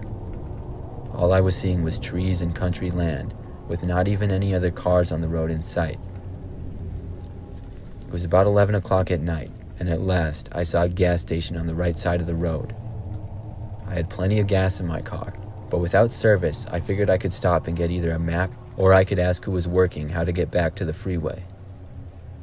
I pulled in to see that nobody else was at the gas station, but the lights inside did appear to be on, so I decided to give it a try. As I walked up, I noticed that the whole place seemed to be really outdated and looked like it was straight out of the 1990s. I parked my car and got out and walked inside. Sure enough, the door was unlocked, but once I got inside, things seemed even more strange. The place literally looked like it hadn't been touched for 20 or 30 years. It was abandoned, but did have some products for sale. I looked at the front counter, but I couldn't see anyone there. I walked over to it and looked beyond the counter. I even called out hello to anyone who could have been there, but I received no response. I wandered around the store a little bit, but the more I did, the more of an eerie feeling I had. The whole place just seemed creepy, how nobody was there and the place was seeming to be abandoned. At this point, I decided I could find my way back to the freeway myself. I wasn't comfortable there anymore, and I decided to leave and walked out. I got back inside my car and started it up. I took a look back at the gas station and noticed at the window directly in front of me, there was a man with his face pressed up against the glass with an insanely creepy smile on his face looking right at me. I wasted no time in driving away. I didn't look back and drove on the road until finally I had some service again. My maps connected once more, and I was able to make it back to the freeway. Looking back at that trip, I always get the creeps when I think of whoever that guy was looking at me the way that he did.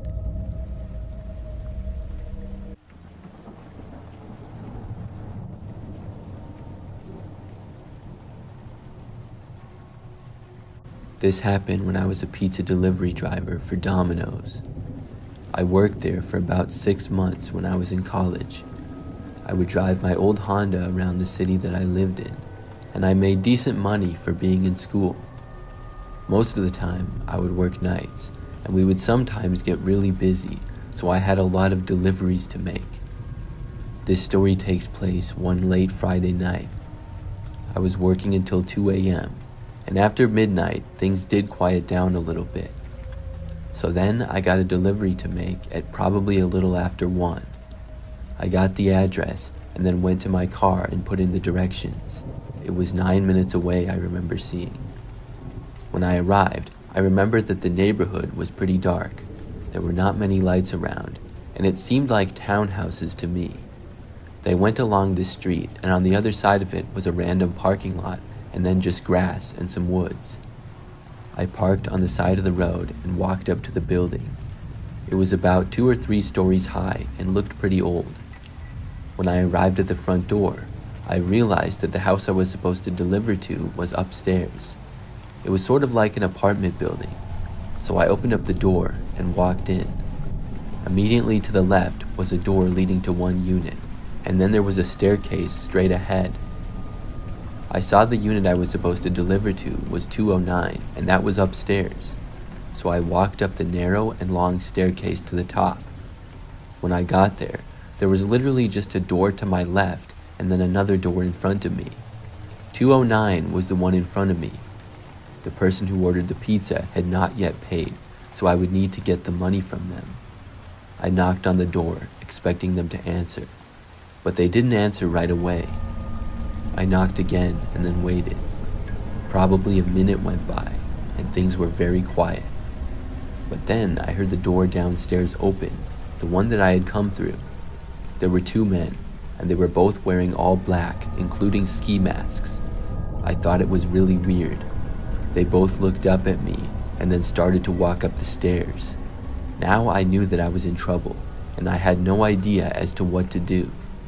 They were getting closer as they walked up the staircase. Right as they reached the top, it was obvious that they were going for me. I tried opening up the door to unit number 209, but it was locked. Then I didn't know what else to do. I just tossed the pizza, still in its box, in the direction of the guys. Then I looked over the railing next to me. There was a walkway beneath me next to the stairs. I believe it just led to another apartment unit on the ground level. So I climbed over the wall and railing, which was maybe 5 feet high. Then I jumped down. I did it just before the men reached me. The fall was probably about 20 feet if I had to guess, maybe a little more. My feet hit the ground first, and it really hurt. I remember I fell over, but for the most part I was fine. I sprung to my feet and ran for the door. When I was doing this, I heard the men start to go down the staircase after me. I ran as quickly as I could out of the building and back to my car. When I got inside, I didn't waste any time and I drove away. I didn't look to see if the men were still chasing after me or not. All I knew was that they didn't catch me and I had gotten away. I drove back to Domino's and then ran inside and told my boss what happened. He asked me if I called the police, and I realized then that I hadn't, so I called the police and told them what happened. Luckily, I didn't get in any trouble despite the fact that the pizza was never paid for. As it turns out, the 209 unit that I was supposed to deliver to was vacant and nobody lived there. I had been set up by somebody, but I never found out who. I worked there for just about another month before quitting.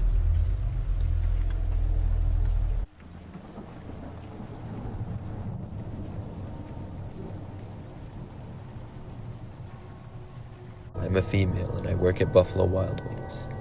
I'm a server and it's a job that I've had for a little over a year now. A couple of months ago, I nearly quit though. One night I was working my regular shift and it was a pretty typical night. I was serving tables and also sometimes I would serve food to people sitting at the bar.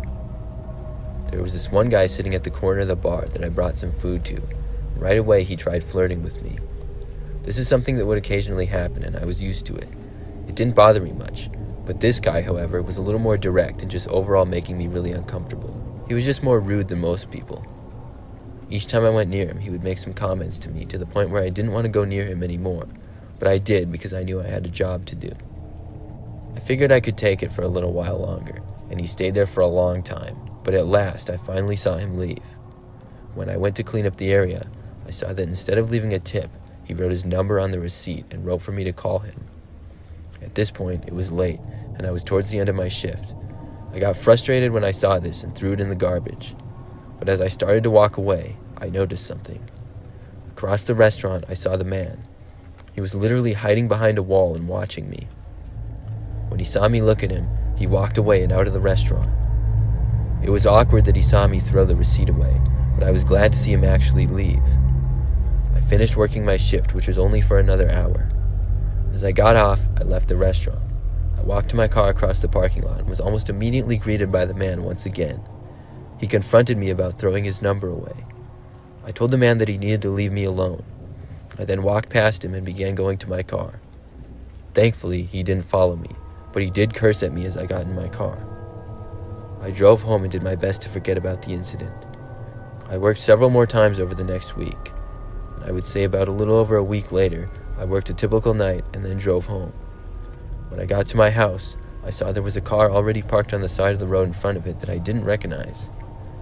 Then, when I pulled into my driveway, my headlights shined over my house for a minute.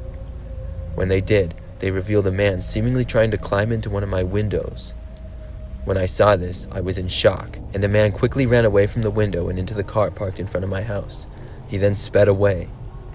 It was the same man from the previous week. I really didn't know what to do. It wasn't until the man was gone for several minutes before I was able to compose myself and call the police. I had no idea how the man knew where I lived. The police came out, and I gave them all the information that I could. Thankfully, the man never bothered me again.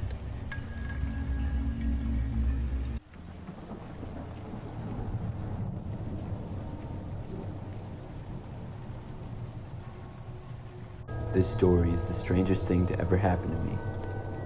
It was last year, and I was about an hour away from my house where I lived and on my way home. I was hungry and it was nighttime. I hadn't had dinner yet and saw a Burger King, so I stopped off for some food. I parked in the parking lot and went inside. When I got inside, the place seemed sort of quiet, but I did see a few people eating inside and one person up by the counter. I walked over and somebody took my order.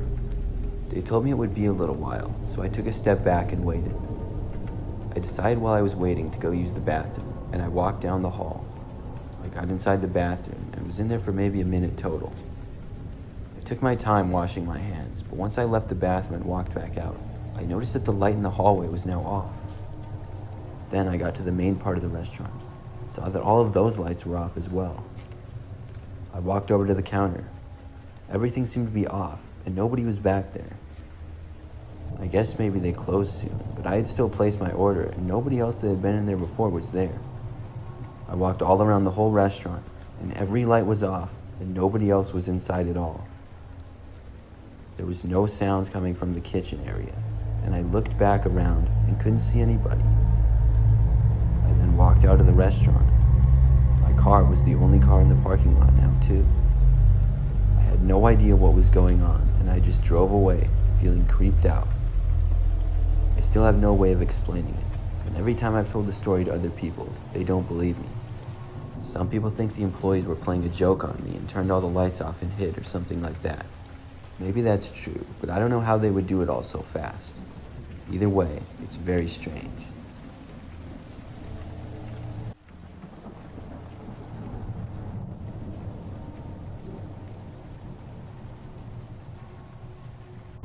Last year, I had a strange experience.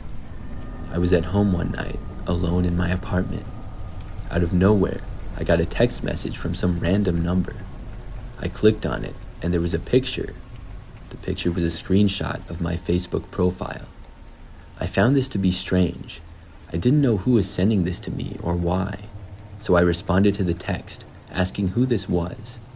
I never got a reply though, and soon forgot about it. Now, several nights later, it was a similar situation where I was by myself at home. I got another random text, and when I looked, it was from the same number. This time, it was another image, and it was a screenshot of a photo of my apartment complex. I didn't know what to make of this either. I responded once again, asking who this was that was texting me. I did not immediately get a reply. At this point, I was thinking that it was just some kind of a prank. I went into a group chat that I had with friends and asked if anybody was responsible. Each of them denied it. and I really believed them. I mean, it just didn't seem like something that they would do. I wanted it to be one of them though, because it was kind of creeping me out. Then, that very same night, I received another text message from the same number. As soon as I heard the phone text noise, I had a bad feeling. When I looked, it was another picture. This one was a screenshot of what looked like a news story. But this news story had to be fake. It said, "Michigan man beaten unconscious." Then there was a picture of me below the title. The picture of me was taken from either my Facebook profile or my Instagram. This was really alarming now. Was this their kind of way of threatening me with violence? Maybe this all was supposed to be threatening. They knew who I was, they knew where I lived, and now apparently I was going to be beaten unconscious. I didn't respond to this message either. I didn't know what to say. That very same night, I went to bed at the usual time. I was a little bit concerned and confused by the whole thing, but I didn't really think that it was that serious. It was probably just a prank of some kind. But that all changed. I was awoken that night suddenly by the sound of loud bangs on my front door. I got up and went out of my bedroom into the living room. There, the sound was much louder. I went over to the door and looked to the other side. There, I saw a man standing there, hitting the door with some kind of object I couldn't make out. I couldn't see the guy's face well at all either, because he was mostly looking down. I didn't want to stay there by the door, and I backed away from it. It seemed like the man might actually break in. I went into my bedroom, closed the door and locked it, and then called the police. Meanwhile, the guy kept banging on my door. Probably less than a minute after I got off the phone with the police, I heard a really loud noise. It seemed like the door was breaking. The next thing I knew, I heard footsteps inside. I moved to the back corner of my bedroom.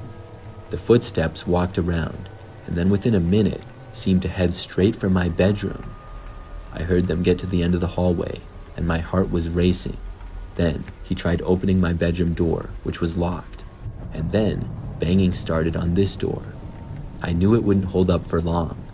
Eventually, if he was able to break my front door, he would be able to break this door. I grabbed the blankets from my bed and hid underneath them, not knowing what else to do. The guy was banging on the door for probably like 2 or 3 minutes. Then, finally, the police got there. It was great timing. After they entered my apartment, they were able to get the man. He was arrested for breaking into my place, and I pressed charges against him. The crazy thing is that I had no idea who he was. I had never seen him before that I was aware of. I never found out how he got my number or address or anything. It remains the scariest experience that I've ever had.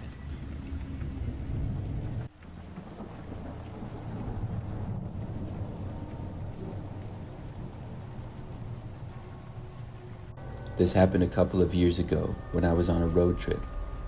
I was traveling across about 5 states, so it was a bit of a long drive.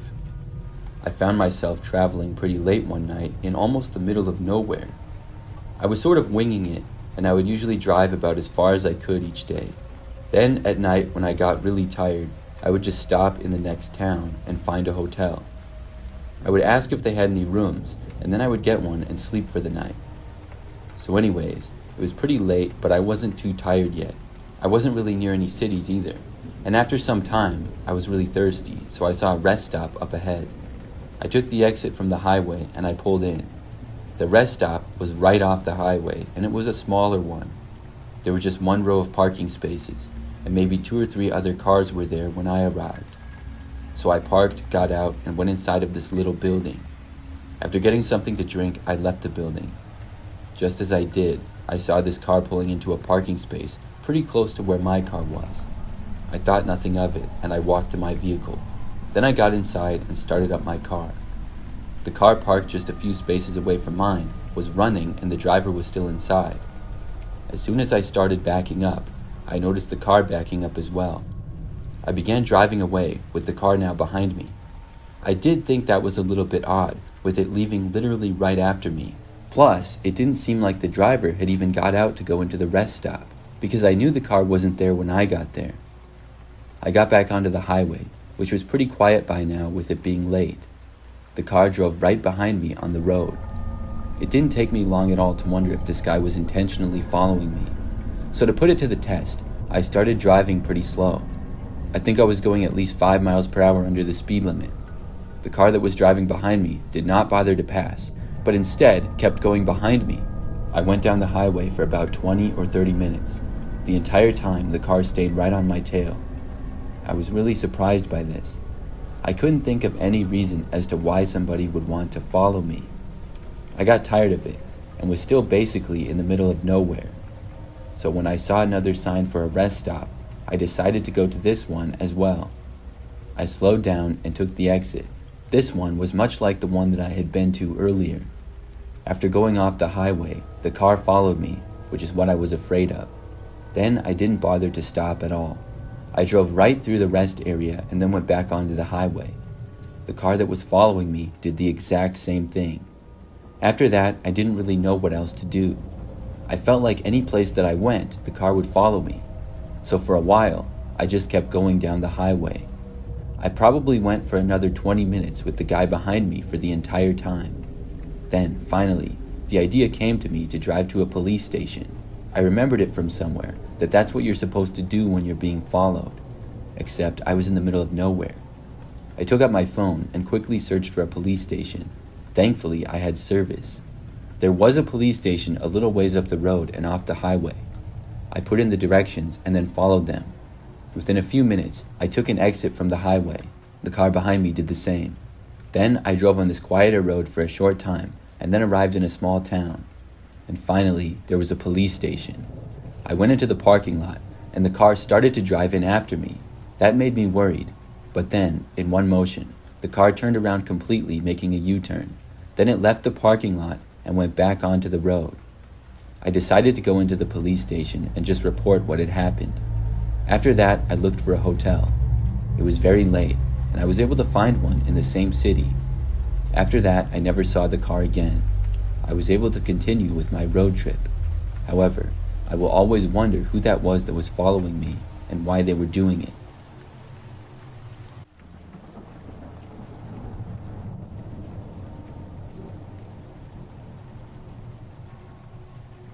This happened about a year ago when I was delivering for DoorDash.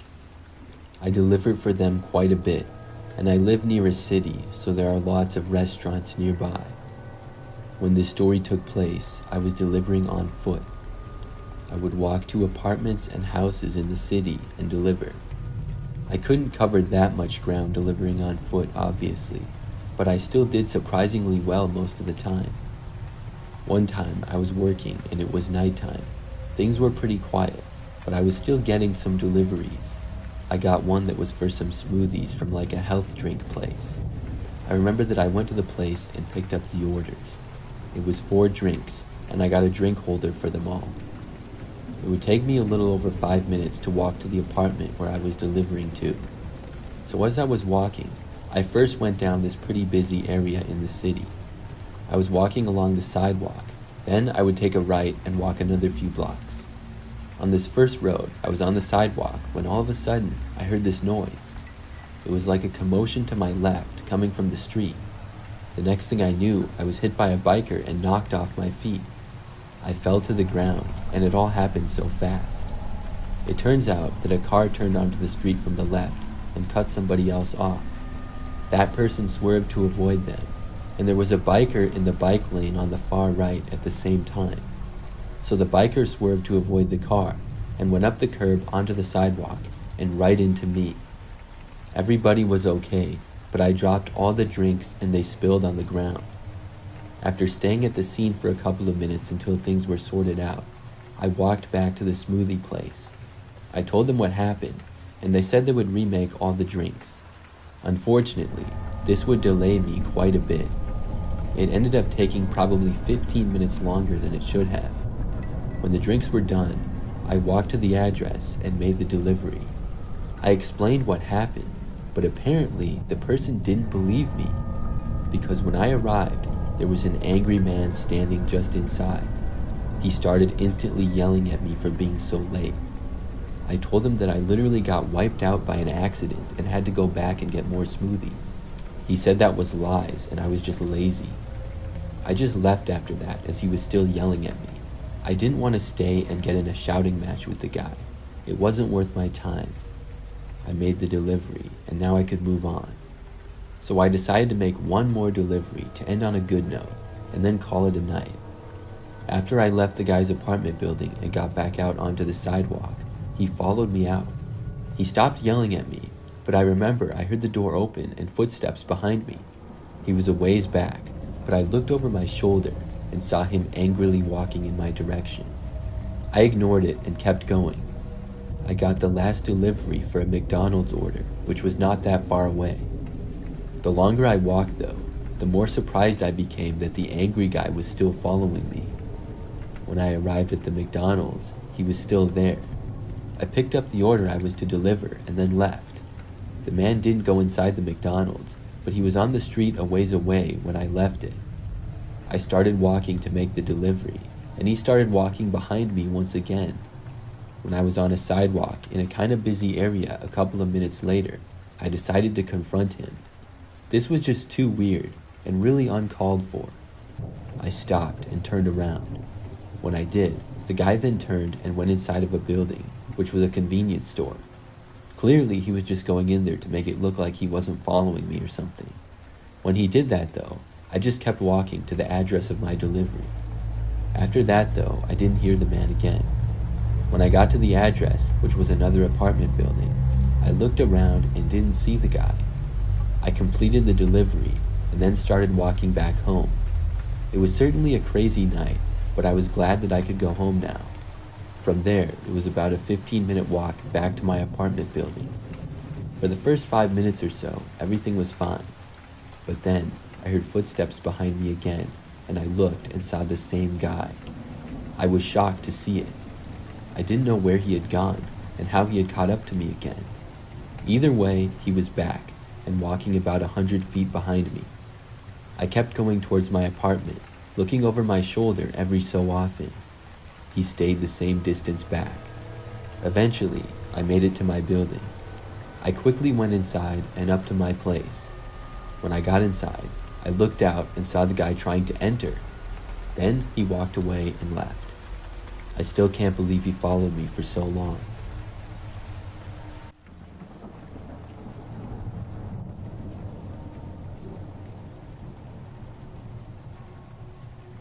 I used to work at a Baskin-Robbins ice cream shop a few years ago. I was in high school at the time, and it was one of my first jobs. The scariest thing to ever happen to me there took place on like my third or fourth week working. I was still pretty new, and one night I was working with one other coworker, a girl named Caitlin. Our shop closed at 9 p.m., and at this time, I remember it was like 8:30 and not very many people were coming in at all. Caitlin and I were just standing around behind the counter talking and not really doing much. Soon it would be time to start cleaning and then close the place up, but for the moment we were just waiting around to see if any more customers would come in. As we were talking there, we started to hear a small thud. It sounded like it was coming from outside and behind us. The noise started to happen repeatedly, and it seemed like there was someone or something hitting against the building. Both of us walked to the back behind the counter and closer to where the noise was. It got louder and louder the farther back we went, and it was confirmed to us that the sound was coming from outside. Caitlin and I decided to go outside and see exactly what it was making the noise. We walked outside and could see that the parking lot was empty of cars, aside from ours that were parked next to each other in the corner. We went around the side to the back of the building, but couldn't see anyone. There was a door back there and a few bushes, but we figured if someone was hiding from us in the bushes or something, it would not be a good idea to approach them. We decided to just go back inside and finish up our shift. We agreed that I would do some cleaning around the small seating area that we had, and Caitlin would stay behind the counter in case we got any final customers. When not 1 minute after getting back inside, we heard noise again coming from the back, but this time, it sounded like it was coming from inside. We both decided to walk back and look. When we got back there, we didn't see anything at first. My eyes scanned the room a few times, and then I noticed something. I could see an arm sticking out from behind a box. I pointed at it and whispered to Caitlin. Somebody was definitely hiding back there.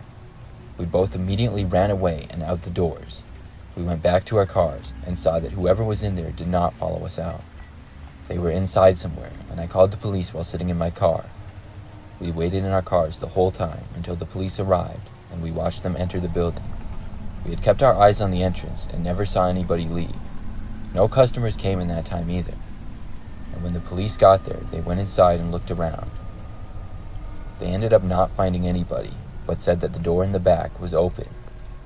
We went back to work after that, and the police stayed in the parking lot until we had finished cleaning and left.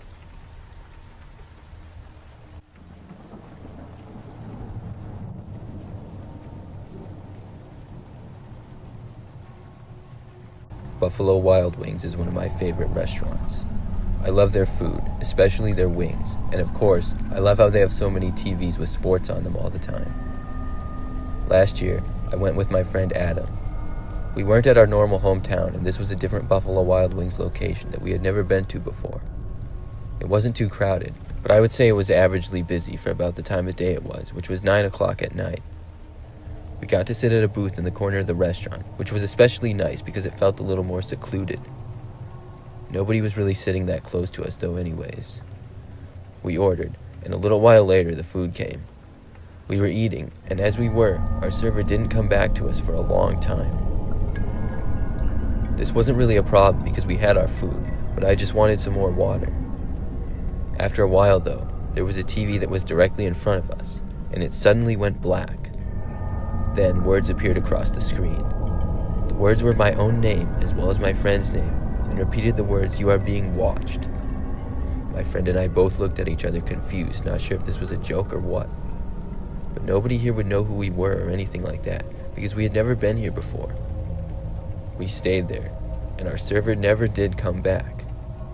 But eventually, somebody who did work there, who hadn't been our server, quickly walked up to us several minutes later and handed us our bills, then quickly walked away. He then came back less than a minute later, took our cards, and returned them to us and walked away again, all without saying a single word. Things had seemingly taken a very strange turn. The TV in front of us then went back to normal sports. As we were leaving, my friend and I sought out a server and asked them if there was ever a problem with the TVs. She said no and then walked away. My friend and I then left the restaurant and walked back to my car. When I was getting into my car, I was sure I heard someone whisper my name really loudly. It sounded like it came from maybe 20 feet away. I froze and listened, but heard nothing more. We left after that, and that ended a very bizarre and creepy trip to Buffalo Wild Wings.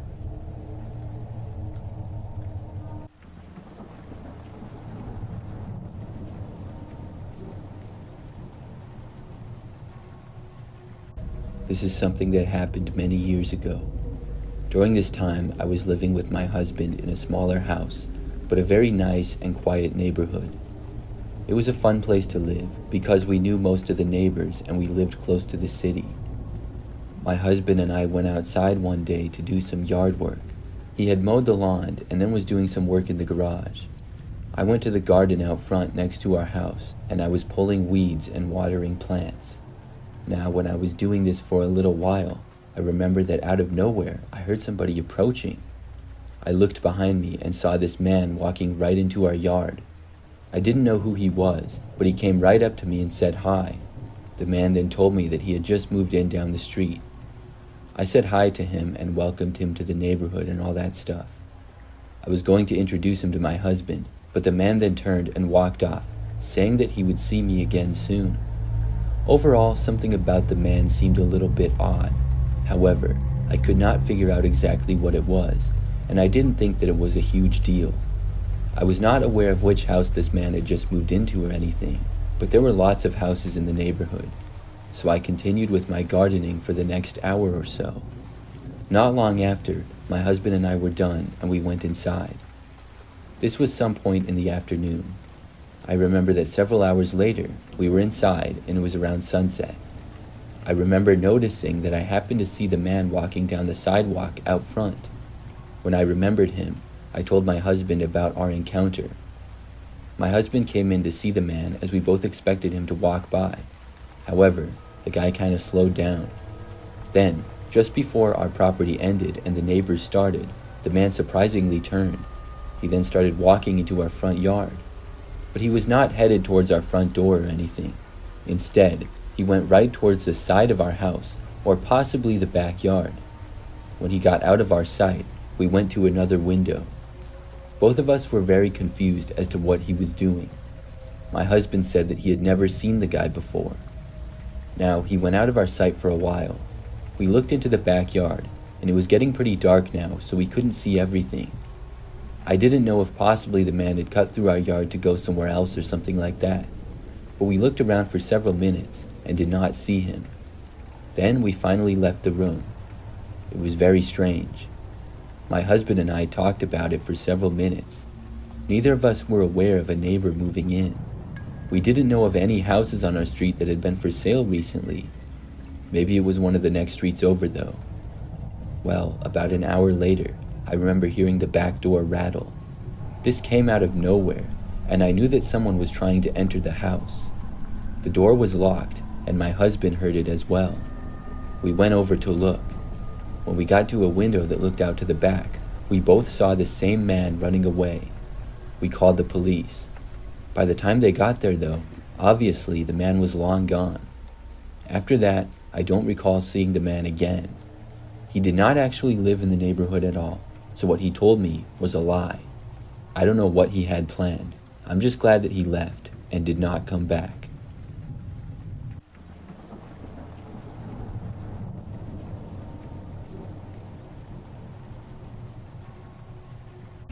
This happened back when I was in high school. I remember that at my school, we would have a spring break that lasted an entire week. It was sometime in March, I believe, and I know that it became a tradition for my family to go on a vacation in that time. We lived up north, and usually would travel somewhere warm down south or something. So on this year in particular, I was a sophomore, and my brother was a senior in high school at the time. We took a family vacation to the beach, and flew there at the start of the weekend. The trip was going to be about a week long, and we were staying in a hotel. The hotel was very close to the beach, and you could walk there. After we flew down there, we were able to go to the hotel pool that night because it was a little bit later. The next day, though, we went to the beach for the first time. I remember that I went into the water at first, but then I went back to our chairs. We had a few chairs with our stuff at them, and the beach was pretty busy this day. My parents and brother were all in the water, and I was a ways away. I started to sunbathe and relax while everyone else played in the water. I would say about 15 minutes into this, and this creepy guy approached me. I remember that out of nowhere, I felt a tap on my shoulder.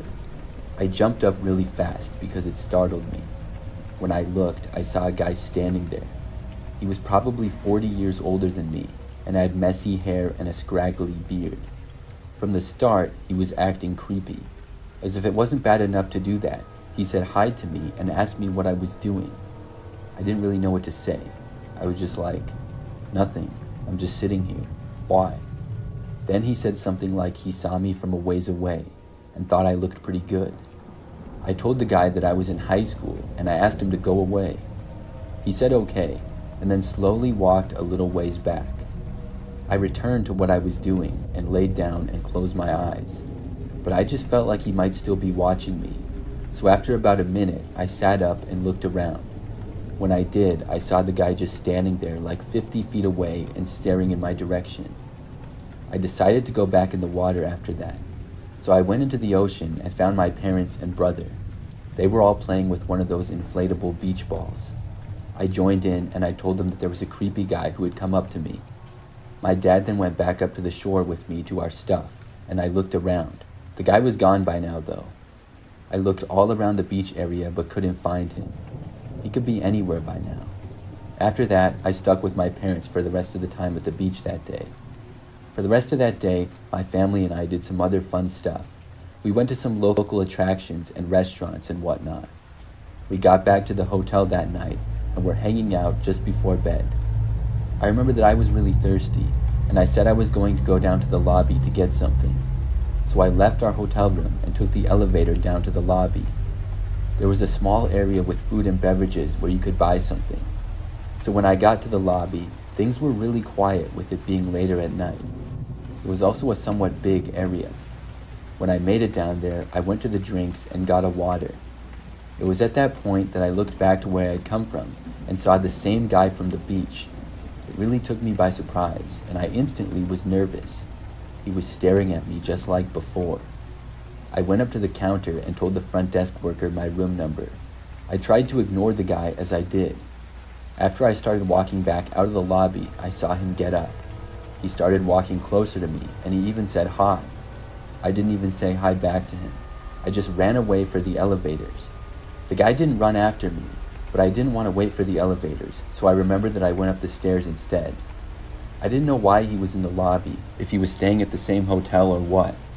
When I got back upstairs, I told my parents how I saw the creepy guy again. The next day was fine. I didn't see him at all or anything. But the day after that, I did. My brother and I wanted to do some more swimming, but it was nighttime. We had been gone for most of the day. The hotel pool was nice because it remained open really late, and it was also outside. There was a bar area near it, and overall, it was a pretty good pool. So we went down there, and I don't remember what time it was exactly. My brother jumped in the pool and started swimming in it. I got in, but was in the pool for no longer than 5 minutes before I saw the guy enter the pool area. I was so creeped out by seeing him again that I wanted to leave right away. I got out of the pool, dried off, and then started walking out of there. I remember noticing him staring at me once again. When I left the pool area, I was just trying to go back to the hotel room, but the guy started walking after me. I went down the hallway and heard him walking as well. I got towards the elevators and pushed the button for one, but the guy came up like he was going to wait for one too. So at that point, I quickly turned and went for the stairs. I heard the guy walking after me as well. I entered the stairwell, and I heard the guy enter. He was about 15 feet behind or so. I walked up to the floor that we were on, and I entered the hallway. The guy was still behind me. I had a hotel key, luckily, and then I started sprinting for the door. And surprisingly, the man started sprinting after me. I made it to the door and was struggling to get the key in. I was nervous and fumbling all around with it. I could hear the guy getting closer. Then, finally, I got the door open. I ran inside and slammed the door behind me. The guy actually tried opening it, even though my parents were in the room. My parents were watching a movie on the TV and asked me what was going on. I told them that the creepy guy chased after me. They got up and my dad left the hotel room. I remember that the guy was gone by then, though. After that, we went down to the front desk and reported him. And after that night, I didn't see the man for the rest of the trip. I was always looking out for him, though. I don't know who he was, but that was one of the biggest creeps I've ever seen.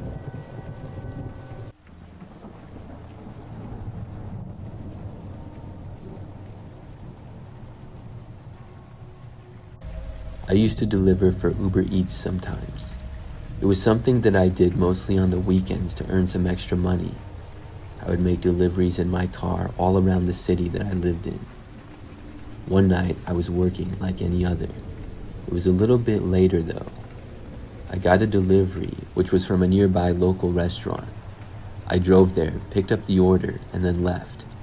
It took me just a little more than 5 minutes to reach the address where I was delivering to. It was in a pretty large neighborhood that had lots of houses in it.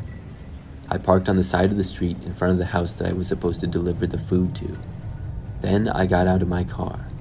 When I did, I saw that it was pretty dark and quiet on this street.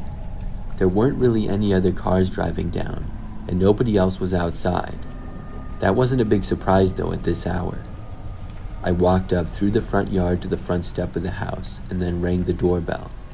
After I did, I looked around and noticed that a man was walking down the street a ways away. He was heading in the direction where I was. The owner of the house then answered the door, and I handed him the food. Then I turned and left to go back to my car.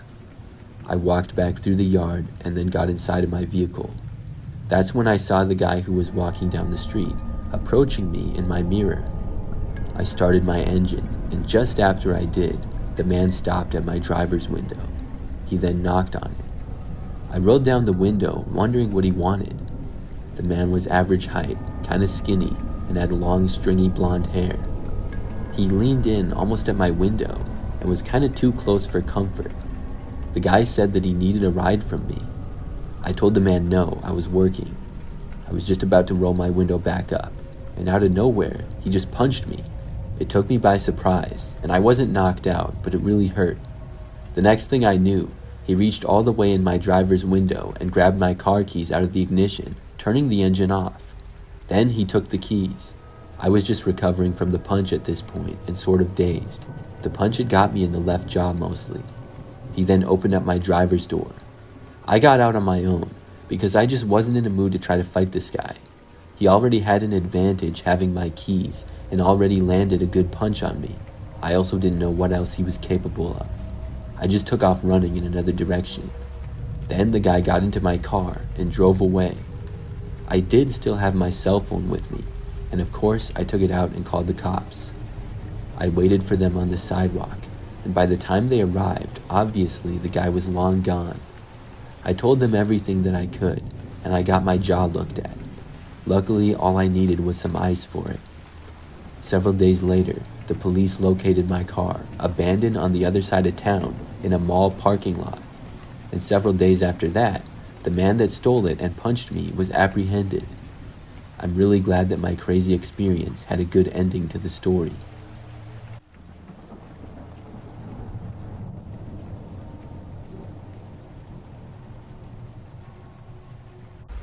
This is something that happened a couple of years ago. One of my good friends is a guy named Drew. We grew up together and have been friends since we were kids. So, at the time of this story, Drew had just recently got married to his wife, Jennifer. I remember that after they got married, they bought this house a little bit out in the country.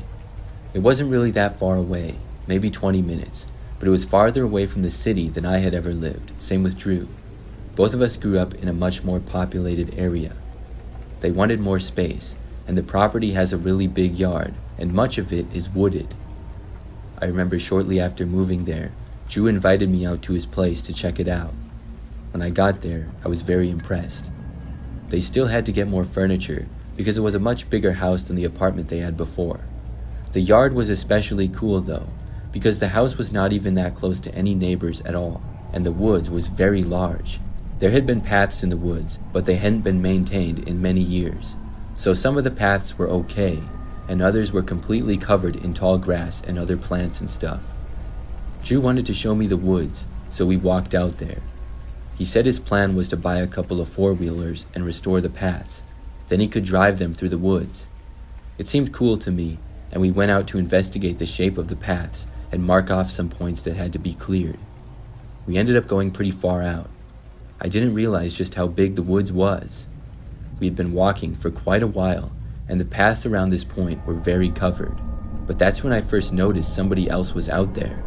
I just remember randomly looking over to the left, and a far distance away, I saw a man walking. The man was seemingly just walking through the middle of the forest. This seemed really odd. I asked Drew if there were any neighbors' properties close by. He said no, and their property was the only one on the street with a large woods. I told him that I saw a man walking a distance away. By now, the guy was out of sight.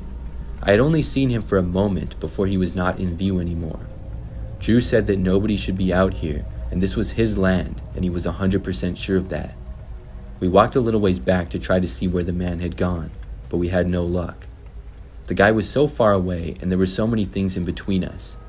Drew then called out asking if anybody was there, but got no response. We both just hoped that maybe it was a neighbor who for some reason wandered into his yard. Honestly, we had no clue, but we knew the guy wasn't supposed to be there. I thought that the guy would leave when he realized we were out in the woods though. So we continued to find the path locations and were marking them off by sticking markers in the ground. About 20 minutes later, we walked around this corner and we heard a noise behind us. We both looked back and saw the man. He crossed the path from one wooded part to another. He was probably almost 100 feet away. When we saw him, he quickly disappeared into dense woods. Drew yelled at him though, and we both started going in his direction. Drew yelled that this was private property and the man had to leave. We got to the location on the path where the man had crossed, and we looked into the woods where he had gone. The man never replied to Drew though, and we no longer saw or heard any sign of him. He would have enough time to be a good distance away by now. Drew yelled one more thing, saying that if he saw him again, he was calling the cops. After that, we continued on. Still, by this point, we were both very suspicious of seeing the man. We wrapped up and then decided to go back to Drew's house. We were probably at least a 15-minute walk from getting out of the woods, and I would say about 10 minutes later, when we were maybe 5 minutes from being out of the woods, there was another noise behind us. We looked, and the man was there again. This time, he came out of the woods onto the path and was walking towards us. Drew and I both just took off running. For some reason, I just had a feeling this guy was dangerous. Clearly, he was not listening to Drew and not bothered with the threat of police. We ran all the way out of the woods and into the rest of Drew's yard. Then we went inside and Drew called the police. When the cops got out to his property, they searched a little bit of the woods. However, the man was never found.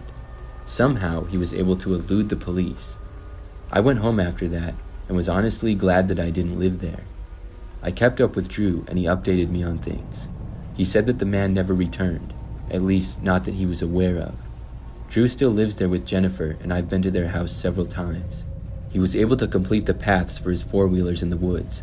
Luckily, he has not seen the man at all. We never found out who the guy was or what he was doing there in the woods.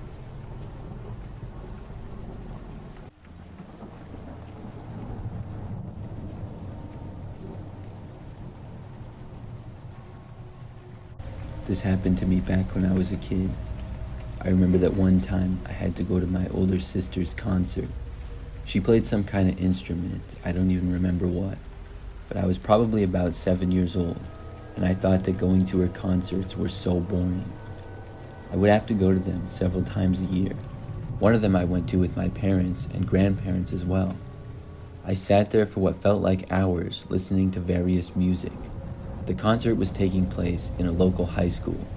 It was not the high school that I ended up attending, but one that was a few cities away. I remember that after the concert was over, everybody wanted to go out into the main area outside the auditorium. I believe that it was the cafeteria of the high school, but there were only a few tables set up. There were tons of people standing around and talking. All of the kids who performed and their families and friends were gathered around. After we located my sister, we were talking to her and some of her friends. In this time, I happened to spot one of my friends from school. He had an older sister who was in the concert as well. When I saw him, I walked over to say hi. Then we started walking around the school a little bit, just talking.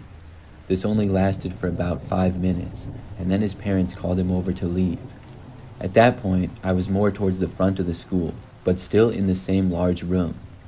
I started to walk back over to where my parents and sister had been. When I got over there, I no longer saw them though. I figured that they must have moved.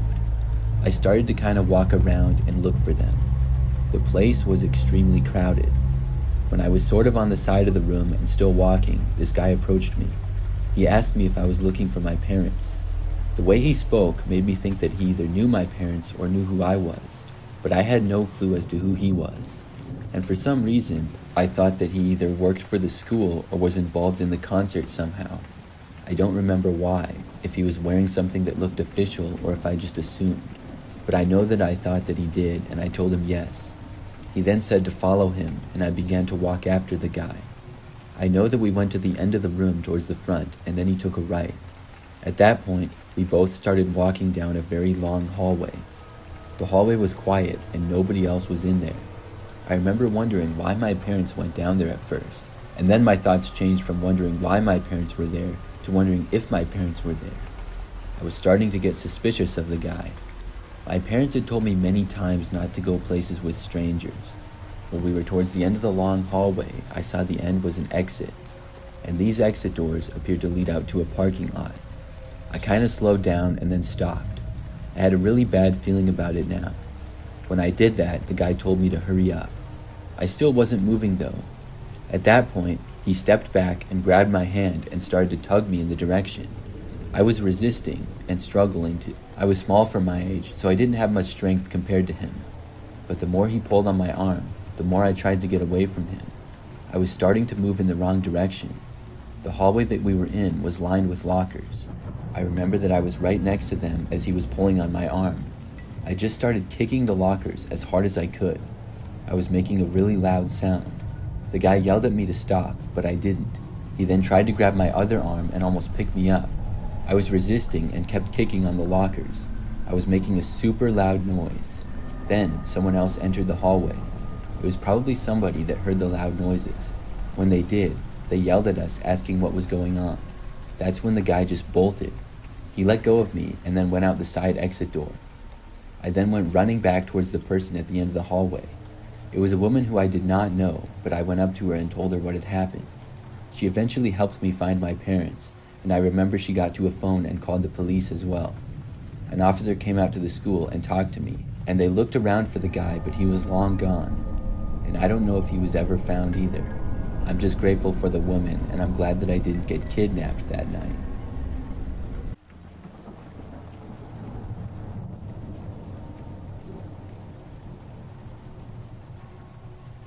I'm a female. When I was in college, I worked at a Baskin-Robbins. It was a summer job for me to make as much money as I could. I only worked there for one summer, but for the most part, I liked it. I would work all sorts of hours for my shifts, but usually on weekends, I worked earlier. Shortly after getting the job, though, some sort of strange things started happening to me. One day, there was a note on my car when I was done working. The note sounded like something a creepy stalker would write. At the time, I thought it was a joke from one of my friends, but none of them admitted it. Still, I had a feeling it might have been one of them, so I just shook it off. But later, things got worse. I was at home sleeping one night, and woke up in the middle of the night to hear the sound of a knock on my window. I freaked out and turned my light on, then pulled the cover back from my window, but nobody was there. After this, I was afraid somebody might have actually been stalking me. I talked with my coworkers about it. We suspected maybe it was a creepy customer. I couldn't be sure, but I kept my eyes out for anybody weird after that. We did get a lot of regular customers, so I guess it could have been just about anyone. On one Saturday, I worked from the time we opened at 6 a.m. until 12 p.m. It was just the morning, but this was one of the busiest times for us, especially on weekends. I was working most of the time that day with my coworkers Kevin and Amanda. I didn't know either of them all that well, and they were both older than me, but we got along good at work and could get things done. After a really busy morning of work, 12 o'clock finally came, and I clocked out and went home. It was really great to be done that early, and I was able to do a lot that day. I went out shopping and got food with some friends. That night, I was back at my parents' house, hanging out in my bedroom, watching a movie. It was probably pretty close to midnight. I was tired, but I didn't work the next day, so I didn't mind staying up late. I was feeling really relaxed, until suddenly, I heard a sound coming from my window. Right away, I felt my heart start to race, and I got really nervous. I remembered the last time it had happened, and I looked over to the window, hoping that it was nothing. The window was partially covered with window covers, but they had a gap in the middle of them. I got up from my bed and pulled them back, but all of a sudden, I saw my coworker Kevin. He was standing there looking right at me. We made eye contact for a second, and then he suddenly ducked down and ran away. I screamed and immediately went to call the police. They ended up getting there only a few minutes later. That gave Kevin plenty of time to run away, but I knew exactly who he was and told everything to the police. He ended up getting caught and admitted to everything.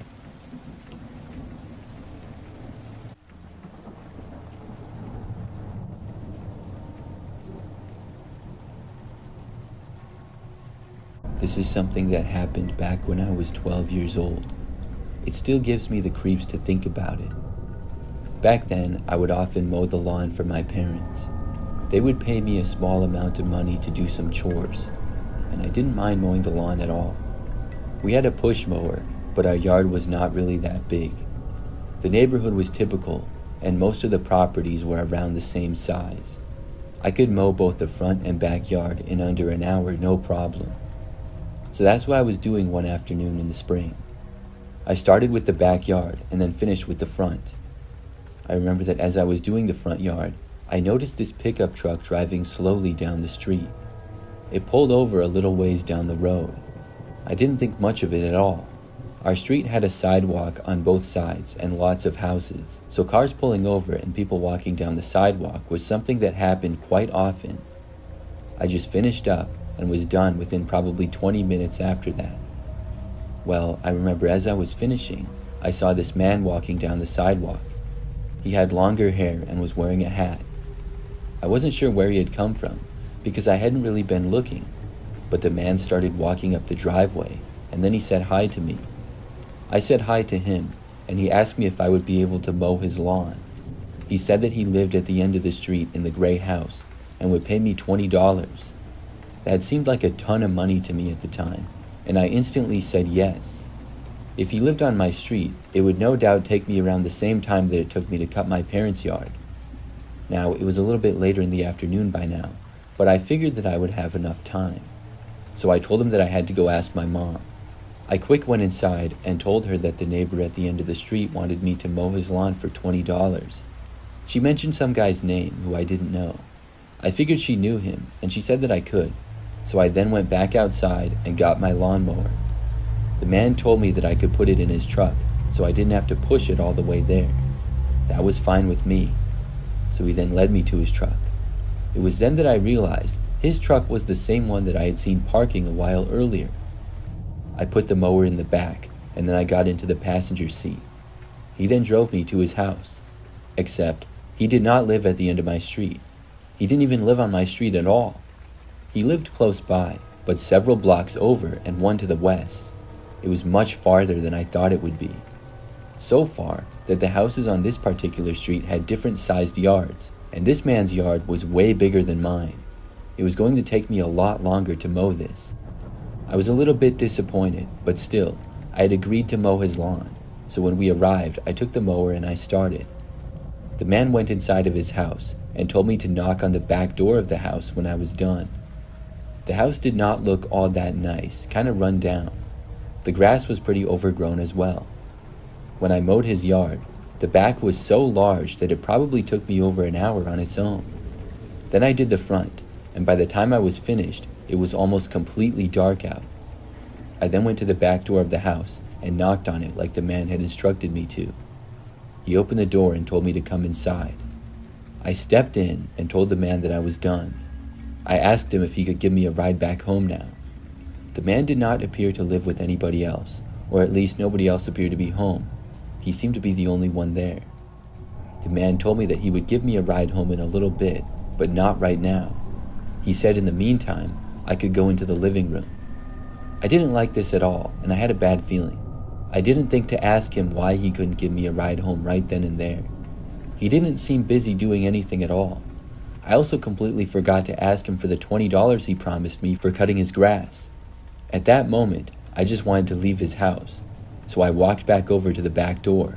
Then I just opened it and left. I then sprinted away, leaving the lawnmower in his front yard.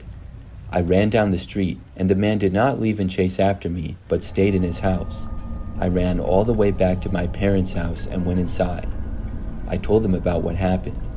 They were very confused because they thought I was going to a completely different neighbor's house. My dad said that he was going to go over and get the lawnmower. So my dad left and came back a short time later. He said that when he got there, the lawnmower was down by the curb next to the garbage, which is not where I had left it. He also said that he knocked on the man's door several times, but he never answered. After that, I was not allowed to go near that street. But not too long after, I remember hearing that that house was for sale, and some other people soon moved in, thankfully. I don't know who that guy was, or where he went.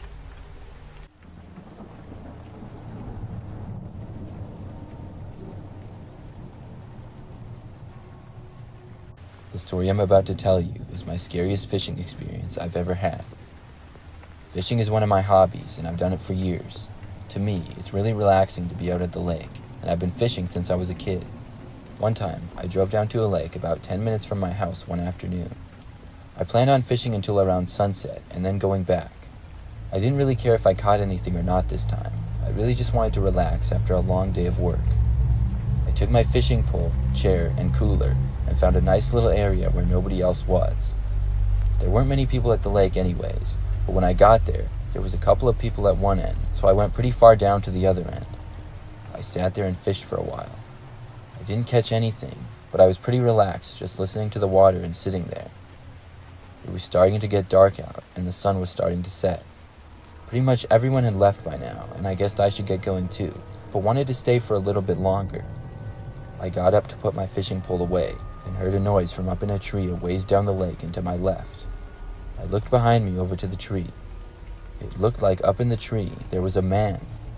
He was sort of far away, but it looked like there was a guy looking at me with binoculars. I had remembered this particular tree because there was an area with a large branch that connected to another tree. It would have been pretty easy to climb up there, but it was still a good 20 or 30 feet above ground. Nobody had been there not long ago at all though when I had looked, but now for some reason there was a man in the tree watching me. When he saw that I was looking right at him, he backed away behind another branch so that I couldn't see him anymore. I got up, packed my stuff, and started heading back. I was kind of creeped out that guy had been watching me like that. I walked down the path back to the parking area, which took me about 10 minutes. When I got back to my car, I saw that my tires had been slashed. My car was the only one left in the parking lot, and I got a bad feeling, so I took out my phone. I had a good friend who lived less than 5 minutes from this particular lake, so I called her and told her what had happened. She offered to come pick me up, which I was more than happy to hear. I waited by my car as it was getting darker and darker by the minute. The parking lot was mainly surrounded by woods and a path, and then had a quiet road that connected to the little parking lot. As I stood there next to my car, I started to hear noises in the woods, as if somebody was walking through it, but not on the path. They were coming from the opposite direction, and they were getting closer and closer. The way they were walking, I could tell that it was a person and not just an animal. Finally, I saw my friend's car pulling up on the road and coming to a stop. I quickly walked over to her car, threw my stuff in the back seat, and then got inside the passenger seat. As I got inside, I looked back to my car. I saw that next to it, a man emerged from the woods. He appeared to be the same guy who was up in the tree, and he looked to have a knife in his hand. My friend drove off quickly, and then we called the police. After we went back later that night with the police, the man was now gone, but I gave as best of a description as I could. Of course it was dark out, and I couldn't give great details. I just know I'm extremely lucky that my friend arrived there when she did.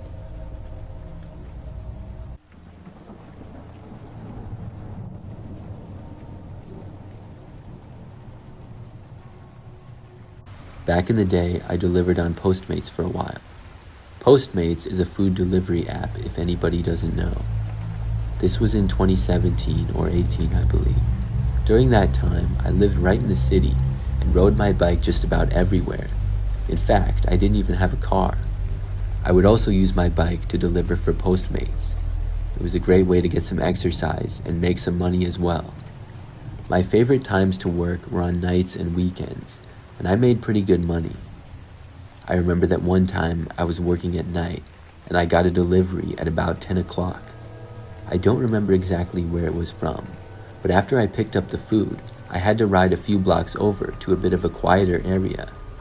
By now, most of the streets were pretty quiet anyways. It was a street with lots of smaller houses on both sides. I remember that I pulled into the small driveway, got off my bike with the bag of food. Then I walked up, left it on the step, and rang the doorbell. After that, I headed back to my bike and got on. When I rode back down the driveway, I saw this other guy riding a bike in the street, and the entire street was so quiet, it was strange to see. The man riding was wearing a suit and tie and sunglasses. It looked very weird. He was slowly riding towards me. After I left the driveway, I rode away, and when I turned, I went down another street. I thought that I was way ahead of the guy, but I soon heard a bike bell behind me. I looked over my shoulder and saw the guy in the suit riding a ways behind. It sort of creeped me out a little bit because it was just a really strange sight. I kept riding and went back into the city. After like 5 minutes, I happened to look back again and saw that the guy was still following me. This was so weird, and I decided to be done working and just go home. I lived in an apartment in the city about 5 more minutes away, so I started to ride there. Now I had to turn several more times, and I tried to ride my bike faster to maybe get away from the man. But after making it most of the way back, he was still there. I was so weirded out by this guy. I didn't want to stop and ask him what he was doing. I kept going, and soon I arrived at my street. There were several apartment buildings and businesses on it, but it was pretty quiet at this hour and the businesses were closed. I rode my bike right up to the front, then got off of it and quickly attached it to the bike rack. I was good at doing this fast. When I did though, I watched the man in the suit ride up. I thought he might get off of his bike or say something to me, but he didn't. He just seemed to ride past me on the street, but he looked over at me as he did. Then I turned and went inside of my apartment building. I was relieved, but still very confused by it. I went up to my place on the 3rd floor and then went into the living room and looked out of my window. This window overlooked the street out front. When I did, I saw the same man in the suit again. He was still riding his bike and occasionally ringing the bell. I could hear it because my window was cracked open a little. I kept watching him. The guy was slowly riding his bike and just kind of going back and forth. It was like he was riding laps on the street in front of my building. I watched him for probably 15 minutes. I went away for a bit and came back, and he was still there. I closed my window and covered it and tried not to look. But sometime later, I couldn't help myself, and I looked again. This time, the man was finally gone. So he rode his bike around the street out front for about 30 minutes at least. It was really weird. I still don't know who he was or what he was doing.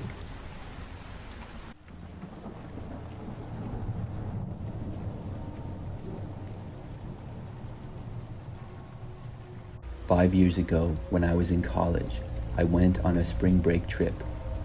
I was traveling with my best friend Mackenzie, who was also my roommate. We chose to go to New Orleans on this year, and neither of us had been there before. When we got there, we both checked into our hotel room. It was right on the edge of downtown, and about average. We were both students, so we couldn't afford anything that fancy. We were staying there for almost a week and had lots of things planned. The first couple of nights, we went out to some bars and restaurants. I think it was like the 3rd day that we were there, I started getting these creepy text messages. Out of nowhere, I got a message on my phone that said, "Hey." When I asked who it was, they didn't answer, but they told me to come outside. I thought that it was the wrong number, and I told them that, but then they mentioned my name. They said that they were in New Orleans as well. I was really creeped out by this. I talked with Mackenzie about it, and we couldn't think of who it could possibly be. At this point, it was still pretty early in the night, and Kenzie and I were going out. So after we left, we were at this bar, and it was pretty busy. I noticed that I got another text when I was there. The text from the person said that they were also at the bar and they saw me. This was really creepy, because nobody knew that we were there other than us two. Now I knew this was no joke, and I wondered who it was. But it could have been anyone inside there, and the place was so busy.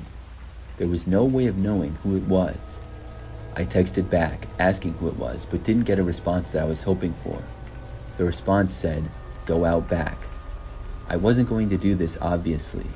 It could be dangerous to go into an alleyway behind the bar to meet some creep that somehow had my number and knew who I was.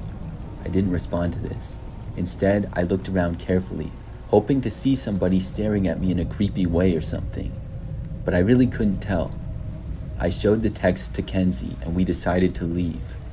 We had been there for a while, so we would have gone back anyways. So we left the bar and walked back to our hotel, which was maybe a 10-minute walk. On the way back, I was careful and looked behind us, but didn't notice anything unusual. There were some people walking along the sidewalk, but no way of knowing if it was suspicious or not, because it was a straight shot back to the hotel, and a decent number of other people were out walking. So we got back to the hotel and went up to our room. Then I was going to go to bed pretty soon. In the meantime, I was just sitting on my bed and scrolling through my phone. Probably like 15 minutes after getting back, suddenly somebody knocked on the door. I didn't want to get up and answer it. I had a feeling that it was the creep who was texting me. I checked my phone, but there were no new messages on it. Then, whoever was there tried entering our room, but the door was locked. I then walked over to the door. By the time I got there, though, the person must have left because I didn't see anybody. I even opened up the door and looked around the hallway, but saw nothing. Then I went back inside. I was talking with Mackenzie for a little while about the whole ordeal. That's when I started getting texts again. First, they said, "You should have answered your door." Then they were telling me to come out of my room. This had gone too far in my mind, and I called the police. I told them that I thought I was being stalked, and somebody tried entering my hotel room. They said they would be there in about 5 minutes. So I waited a little while, and then I texted the person to come to my room and I would answer the door this time. They ended up coming back to the door and knocking on it again. I still didn't answer it, but the police arrived right after that. They met the guy in the hallway. After that, I came out of the room and I spoke with the police as well. The person the police found was in fact the same one who was texting me. It was a guy who I had never seen before. He looked pretty young, maybe in his 20s. The police did a bit of an investigation, and they found out that the guy had seen me and found out I was staying at this hotel. He must have followed me or something. He then apparently had a good friend who worked at the hotel. He asked his friend for my name and number, which he was able to look up, and then gave it to him. The friend ended up being fired for his actions. I'm not sure what would have happened if the police didn't get there when they did. I don't know what the guy was planning to do. I'm really glad that it all worked out though.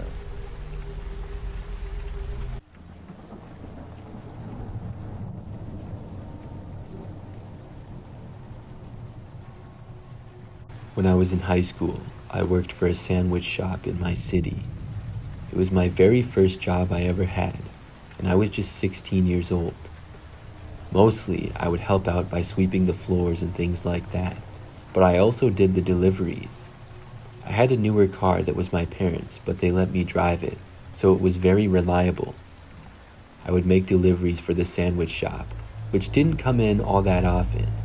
We'd maybe get like one delivery order an hour or so, if that. It was much more common for people to just come in and get the sandwiches or pick them up. But one night, when things were pretty quiet, we got a delivery order at like 10 p.m. The sandwich was made, and then I got it and headed out to make the delivery. I got into my car and put in the address. I remembered that it was about 10 minutes away. I knew the area decent, but not all that well, because I was still a pretty new driver. This was a neighborhood that I had never been to before. It was an apartment complex that looked kind of old and run down. I parked on the side of the street and walked over to it. The apartments opened up to the outside, and I looked at the unit numbers. I followed them until I got to the one that I was delivering to. It was on the far end and a ways away from where I parked. Here, things were very quiet, and I rang the doorbell next to the door. When I did, nothing happened for a while. I figured that maybe the doorbell was broken or something, so I then knocked on the door. A little bit of time went by, with still no answer. Then, suddenly, the door swung open, but nobody was there. Whoever opened the door must have been behind it the entire time, and then went around the corner after opening. I really didn't know what was going on. I looked inside, and it was very dark. There appeared to be a kitchen right inside, but I could hardly see anything. Not a single light seemed to be on inside. There was no way that I was going in there. I announced that the sandwich delivery was here. Nobody responded to me though. After not hearing or seeing anything for probably another minute, I walked closer. I just took like one step into the kitchen. I looked around, still seeing nothing, and then asked if anybody was there. Still, there was no answer. I also didn't hear or see anything. But then, out of nowhere, I heard a really creepy laugh coming from inside. It sounded like a deliberately creepy laugh. I couldn't tell where it was coming from. I backed away, feeling really creeped out. I kept standing there, not really knowing what to do. Then I heard more of the laughing. It was just so creepy sounding. And then I finally heard someone speak. A deep voice said, "Come in." The voice sounded like it was fake, like it was put through a voice changer to be really deep. That's what really freaked me out. I just set the sandwich on the ground in front of the doorway and then ran all the way back to my car. I drove back to the restaurant and paid for the sandwich with my own money. I didn't want to tell my boss about what happened. Looking back, he probably would have been fine with it and understood because he was a really nice guy. But I was too embarrassed to admit that I was just scared off. I mean, I never saw anyone and I wasn't threatened or anything. I was just really freaked out and I was young. That was my scariest experience working there.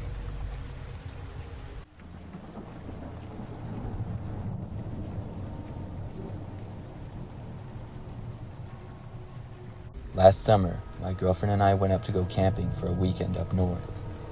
There was a nice little campsite about 2 hours drive north from where we were from. We had some outdoor activities planned, like hiking, fishing, and having a campfire. The first day that we got there, we mostly hiked all day and then had a campfire at night. We stayed in a tent that I had brought, and the next morning when we got up, we had planned to go fishing right away. We got up early and headed to the lake. It was maybe a 15-minute walk from where we had our tent set up. When we got to the lake, we started fishing, and within 30 minutes had actually caught a couple of fish. It was going pretty well. We were on the dock, and nobody else was nearby, aside from some people that we could see really far away at other areas of the lake. I remember that after we had been there for a while, at least an hour, I was going to cast again, when my girlfriend tapped me on the shoulder. She put her finger up to her mouth as if to be quiet. I looked at her and listened. I could just barely hear the sound of somebody saying my girlfriend's name. And then they said my name. I could tell it was a man's voice, and it was as if they were kind of calling out to us. I thought it was really strange, because we didn't know anybody else up here at all. They called out her name, and then my name again, and went back and forth between the two. It slowly grew louder and louder. We both looked at each other with confused looks on our faces. Who could this be, and why were they calling out our names? We answered back by saying, "Who's there?" They just continued though, and for a while stopped, but then picked back up about 10 minutes later. We looked around in all directions, but couldn't see where this was coming from at all. After a while, it was getting annoying and also slightly creepy. We decided to pack up and head back. After all, we had been fishing for a good amount of time. Walking back, we didn't hear any more noises, and we didn't see anybody or hear anybody on our way back either. For the rest of the day, we did some hiking and had a fun time. Later that night, we had another campfire, and afterwards, when it was time for bed, got inside our tent. When we got all ready for bed, and were just about to go to sleep, we once again heard a noise. It was the same man's voice, calling our names back and forth over and over again. Once again, we couldn't tell where he was, and looking around the tent, we didn't see any shadows or anything like that. We were sort of near woods, and he could have been inside of it, but we didn't know why this guy was doing this to us. And eventually, we did see a shadow appear. It looked to be a man standing not far from our tent. By this time, he had stopped calling our names. I sat up and shouted for the man to leave us alone. He just stood there and didn't move for a good 5 minutes straight. I didn't take my eyes off him at all, and neither did my girlfriend. Eventually, we saw him walk away, but not less than a minute later, he was calling our names out once again. This was enough for me. I decided it would be best for us to leave. We both took our valuables, and on the count of 3, ran to my truck, got inside, and drove away, leaving the tent there. The next day, we came back to pick it up. Our tent looked like it had been messed up a little bit, but all the stuff we left seemed to still be there. We packed it up and headed home.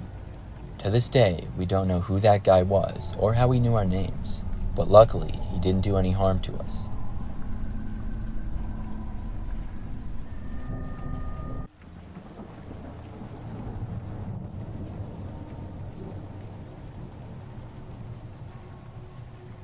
This happened a couple of summers ago.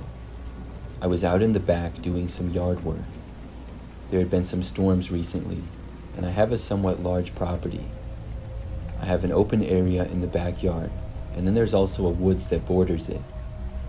So I was with my wife, and we were picking up the tree branches and sticks in the yard. Then we were bringing it to a pile just inside of the woods. After we were done doing this, I was going to mow the lawn. So I remember that we were working for a while, and my wife suddenly came up to me and said that she saw someone in the woods. Nobody was supposed to be inside of our woods because it's a private property. So I went over to where the woods started and we had been going. When I looked though, I did not see anyone. My wife came over to me and pointed out where she had seen the man. He was gone by now though, and I did not know who it could have been. My wife told me that the man was just standing there, maybe 50 feet in, and then he saw her. She then walked away, and I guess he must have as well. I really had no explanation, but we kept working. When we were just about done though, I saw the man myself. I was bringing some tree branches over, and I saw the guy looking at me, standing a decent ways in the woods. It was just some guy. He was wearing a t-shirt and jeans. I yelled to him, asking what he was doing in our yard. The man then moved away. I decided to go out there and confront him. I knew that might not be the best idea, but I did it anyways. I started walking into the woods. When I did, though, the man started moving away faster. He then started running. I actually ran too for a short time and told the guy not to come back. However, he was too quick and was able to escape me. I didn't even really come close to catching up with him. And if I did, I don't even know what I would have done. I certainly wasn't going to tackle him or anything. I just wanted to talk to him and let him know not to come back into my yard. After I felt like I had chased him far enough away from my property, I went back. I rejoined my wife in the yard, and then I was able to mow the lawn. Now, I thought that was the end of the guy being in our yard, but not quite. So the rest of the day was fine. I got the lawn mowed no problem. But after we had gone to bed, we were both woken up that night at around 1 a.m. I heard a loud knocking coming from the front door. We were both very confused. I got up and looked to see who was there. The knocking lasted for maybe 30 seconds. It continued as I was walking towards the front door. By the time I reached the front door, though, it had stopped. I looked out and I saw what appeared to be a man moving away. I didn't see him well, and I didn't see him very long before he went out of sight, but I think it was the same guy. After that, he did not come back. I still don't know what he was doing, and I don't know why he knocked on our door in the middle of the night.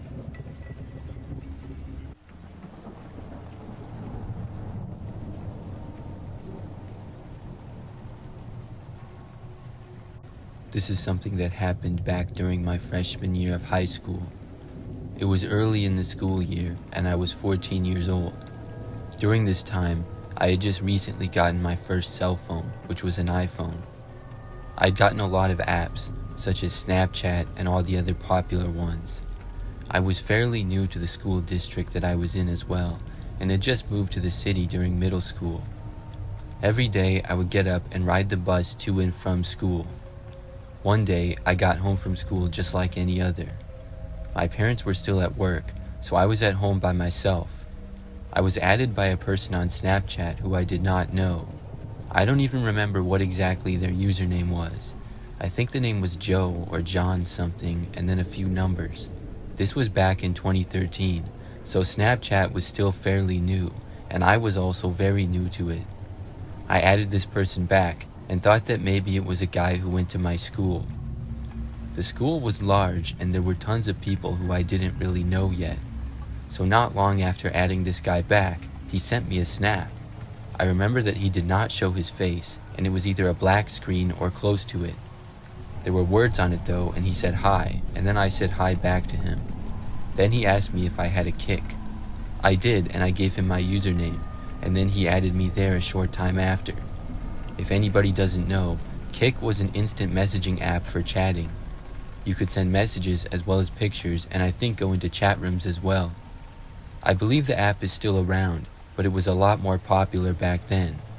Also during this time, Snapchat did not have a chat feature.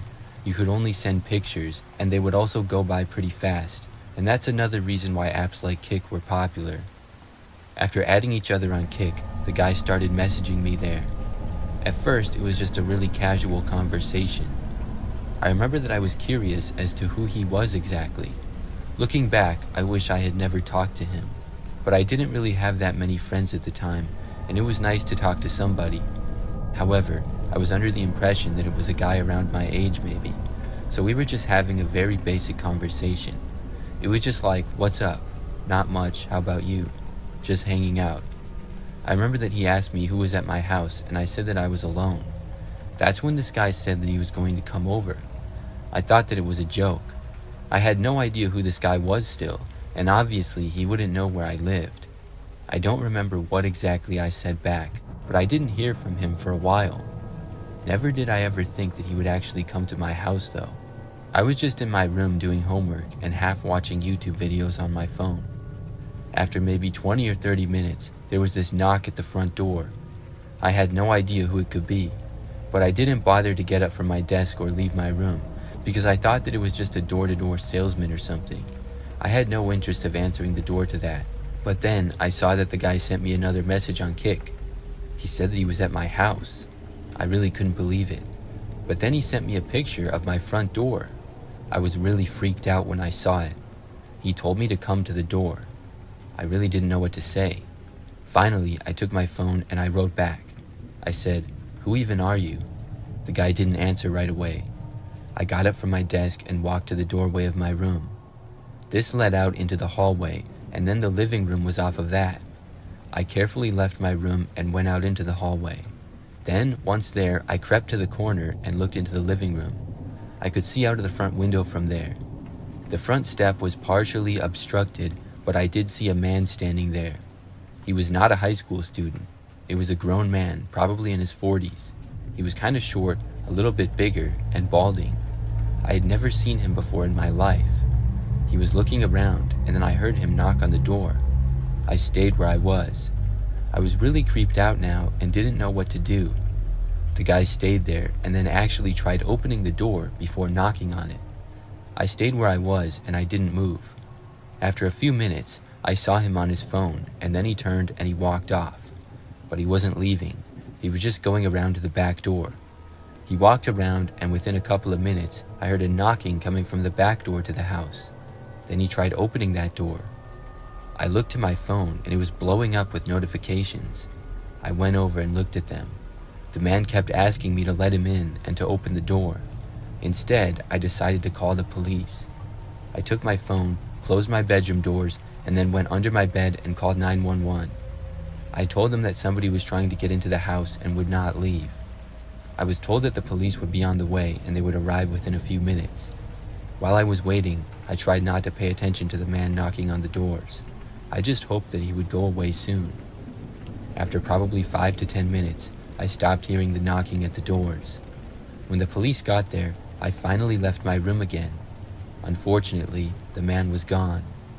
When I looked back to Kick, he had sent me a few more messages cursing at me. I showed everything to the police. They said they would look into it, and if the man came back, to call them again. My parents got informed as well, and they were back home a short time later. Luckily, after that, I never saw the guy again. I'm still not sure how he knew where I lived or even who I was. The only thing that I can think of is that he must have seen me either getting on the bus for school or after school. It still creeps me out to think back to it.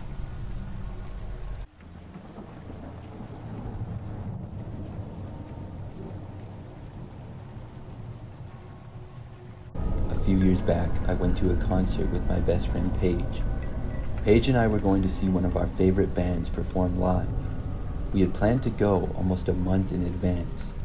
The concert was at a location in the city, and quite a few other people were going as well.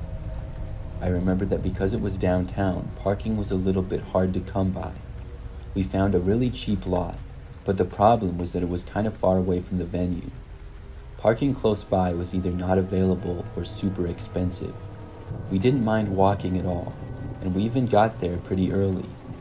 After we parked, I remember that we were going to go on the sidewalk, and this area was pretty quiet. There were not many other people around, but these two guys were sort of walking near us. We didn't make it more than 10 feet when they approached us and asked if we wanted them to take us closer. They said they could give us a ride. We said no thanks because we really weren't interested.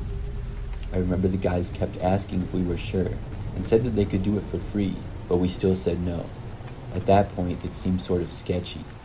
So eventually, they stopped talking to us and we continued to walk. It took maybe 20 minutes to walk to the concert, and when we got close, things were much busier. Then we went inside, and were at the concert for the next several hours. When the concert was done, it was now later at night, probably about 11 o'clock. We walked back the same way that we had got there, and at first the sidewalks were packed, but soon they got quieter and quieter. By the time we got within a couple of blocks of our car, there was almost nobody around at all. The area was also much darker, with less street lamps. Pretty soon though, the parking lot with Paige's car was in sight. It was a lot that was outside and fenced in, but not that secure. You could easily walk right over the fence. There was probably only about 10 cars in this parking lot now. Right when we made it into the parking lot and were entering, the same two guys were there. They once more approached us in the parking lot and asked us if we needed a ride. We said no, we drove, and pointed to the car that we took. I remember that the guys were still trying to get us to go in their car with them. We started walking away, and they followed us. I told them to leave us alone, but they did not. That's when Paige threatened to call the police. At this point, they finally backed off and acted like they had done nothing wrong. They were surprised that Paige would suggest such a thing. We got inside of her car and started to drive away. But right when we left the parking lot, we saw really bright headlights of a car behind us. It was the two guys who were trying to get us to go with them. When we left, they followed us out, and they followed us out of the city entirely as well. They kept flashing their brights on and off, which was really annoying. At first, Paige took a couple of random turns to try to lose them. Then she just started driving back. We weren't really sure what to do about it. After following us for probably 15 minutes though, they finally turned and left us alone. I'm not sure what those guys were trying to do. I'm really happy that they stopped following us though.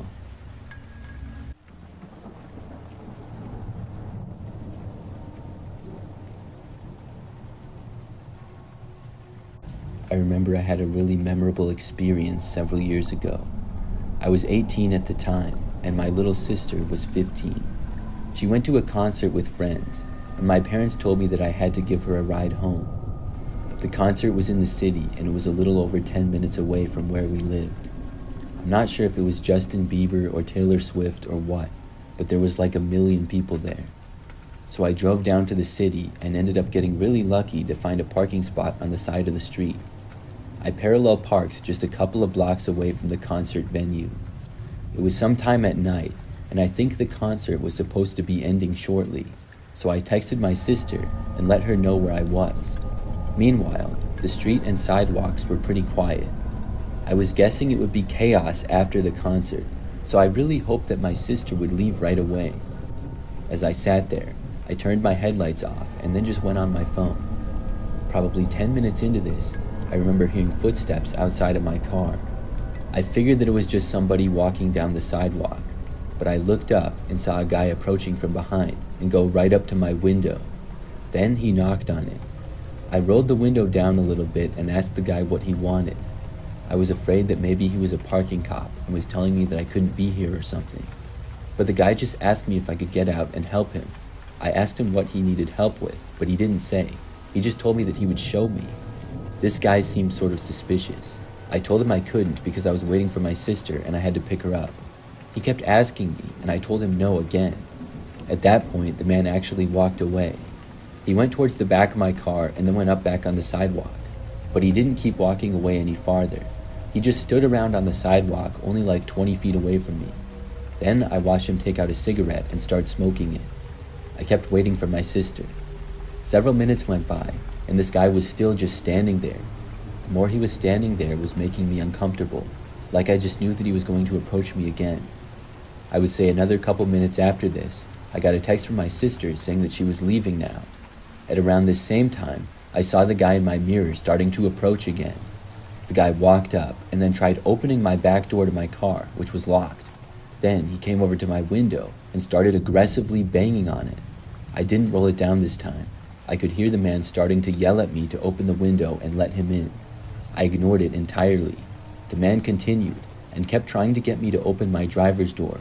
He even started kicking at the door with his feet. Had he continued, he probably would have put some dents in the car.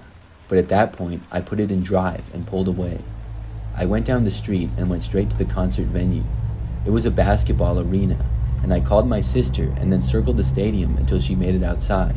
I briefly pulled over when she was by me and she got in. Then I headed home. But unfortunately, because I was so close to the arena, traffic was really bad. We were in a standstill for a while.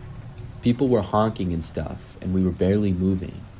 After sitting in traffic for probably 20 minutes, we had made it a little ways and were almost out of downtown. In that time, I remember looking around and seeing the same guy. He was walking down a sidewalk. And the crazy thing is that right when I looked over, about a second later he looked over at me. Our eyes locked for just a moment and then he started walking over. I couldn't go anywhere because of the traffic. The guy walked off the sidewalk and into the road and right up to my window. Once again, he started banging on it and stuff. I started honking and a bunch of other people were honking too. After like 10 seconds of this, he finally walked away again. Within 5 more minutes probably, we had made it back onto the highway and were out of traffic. Luckily, we made it back home okay and my car had no noticeable damage. Looking back, I don't know what that guy's problem with me was. It's so crazy how he saw me again and then went out into the street to attack my car.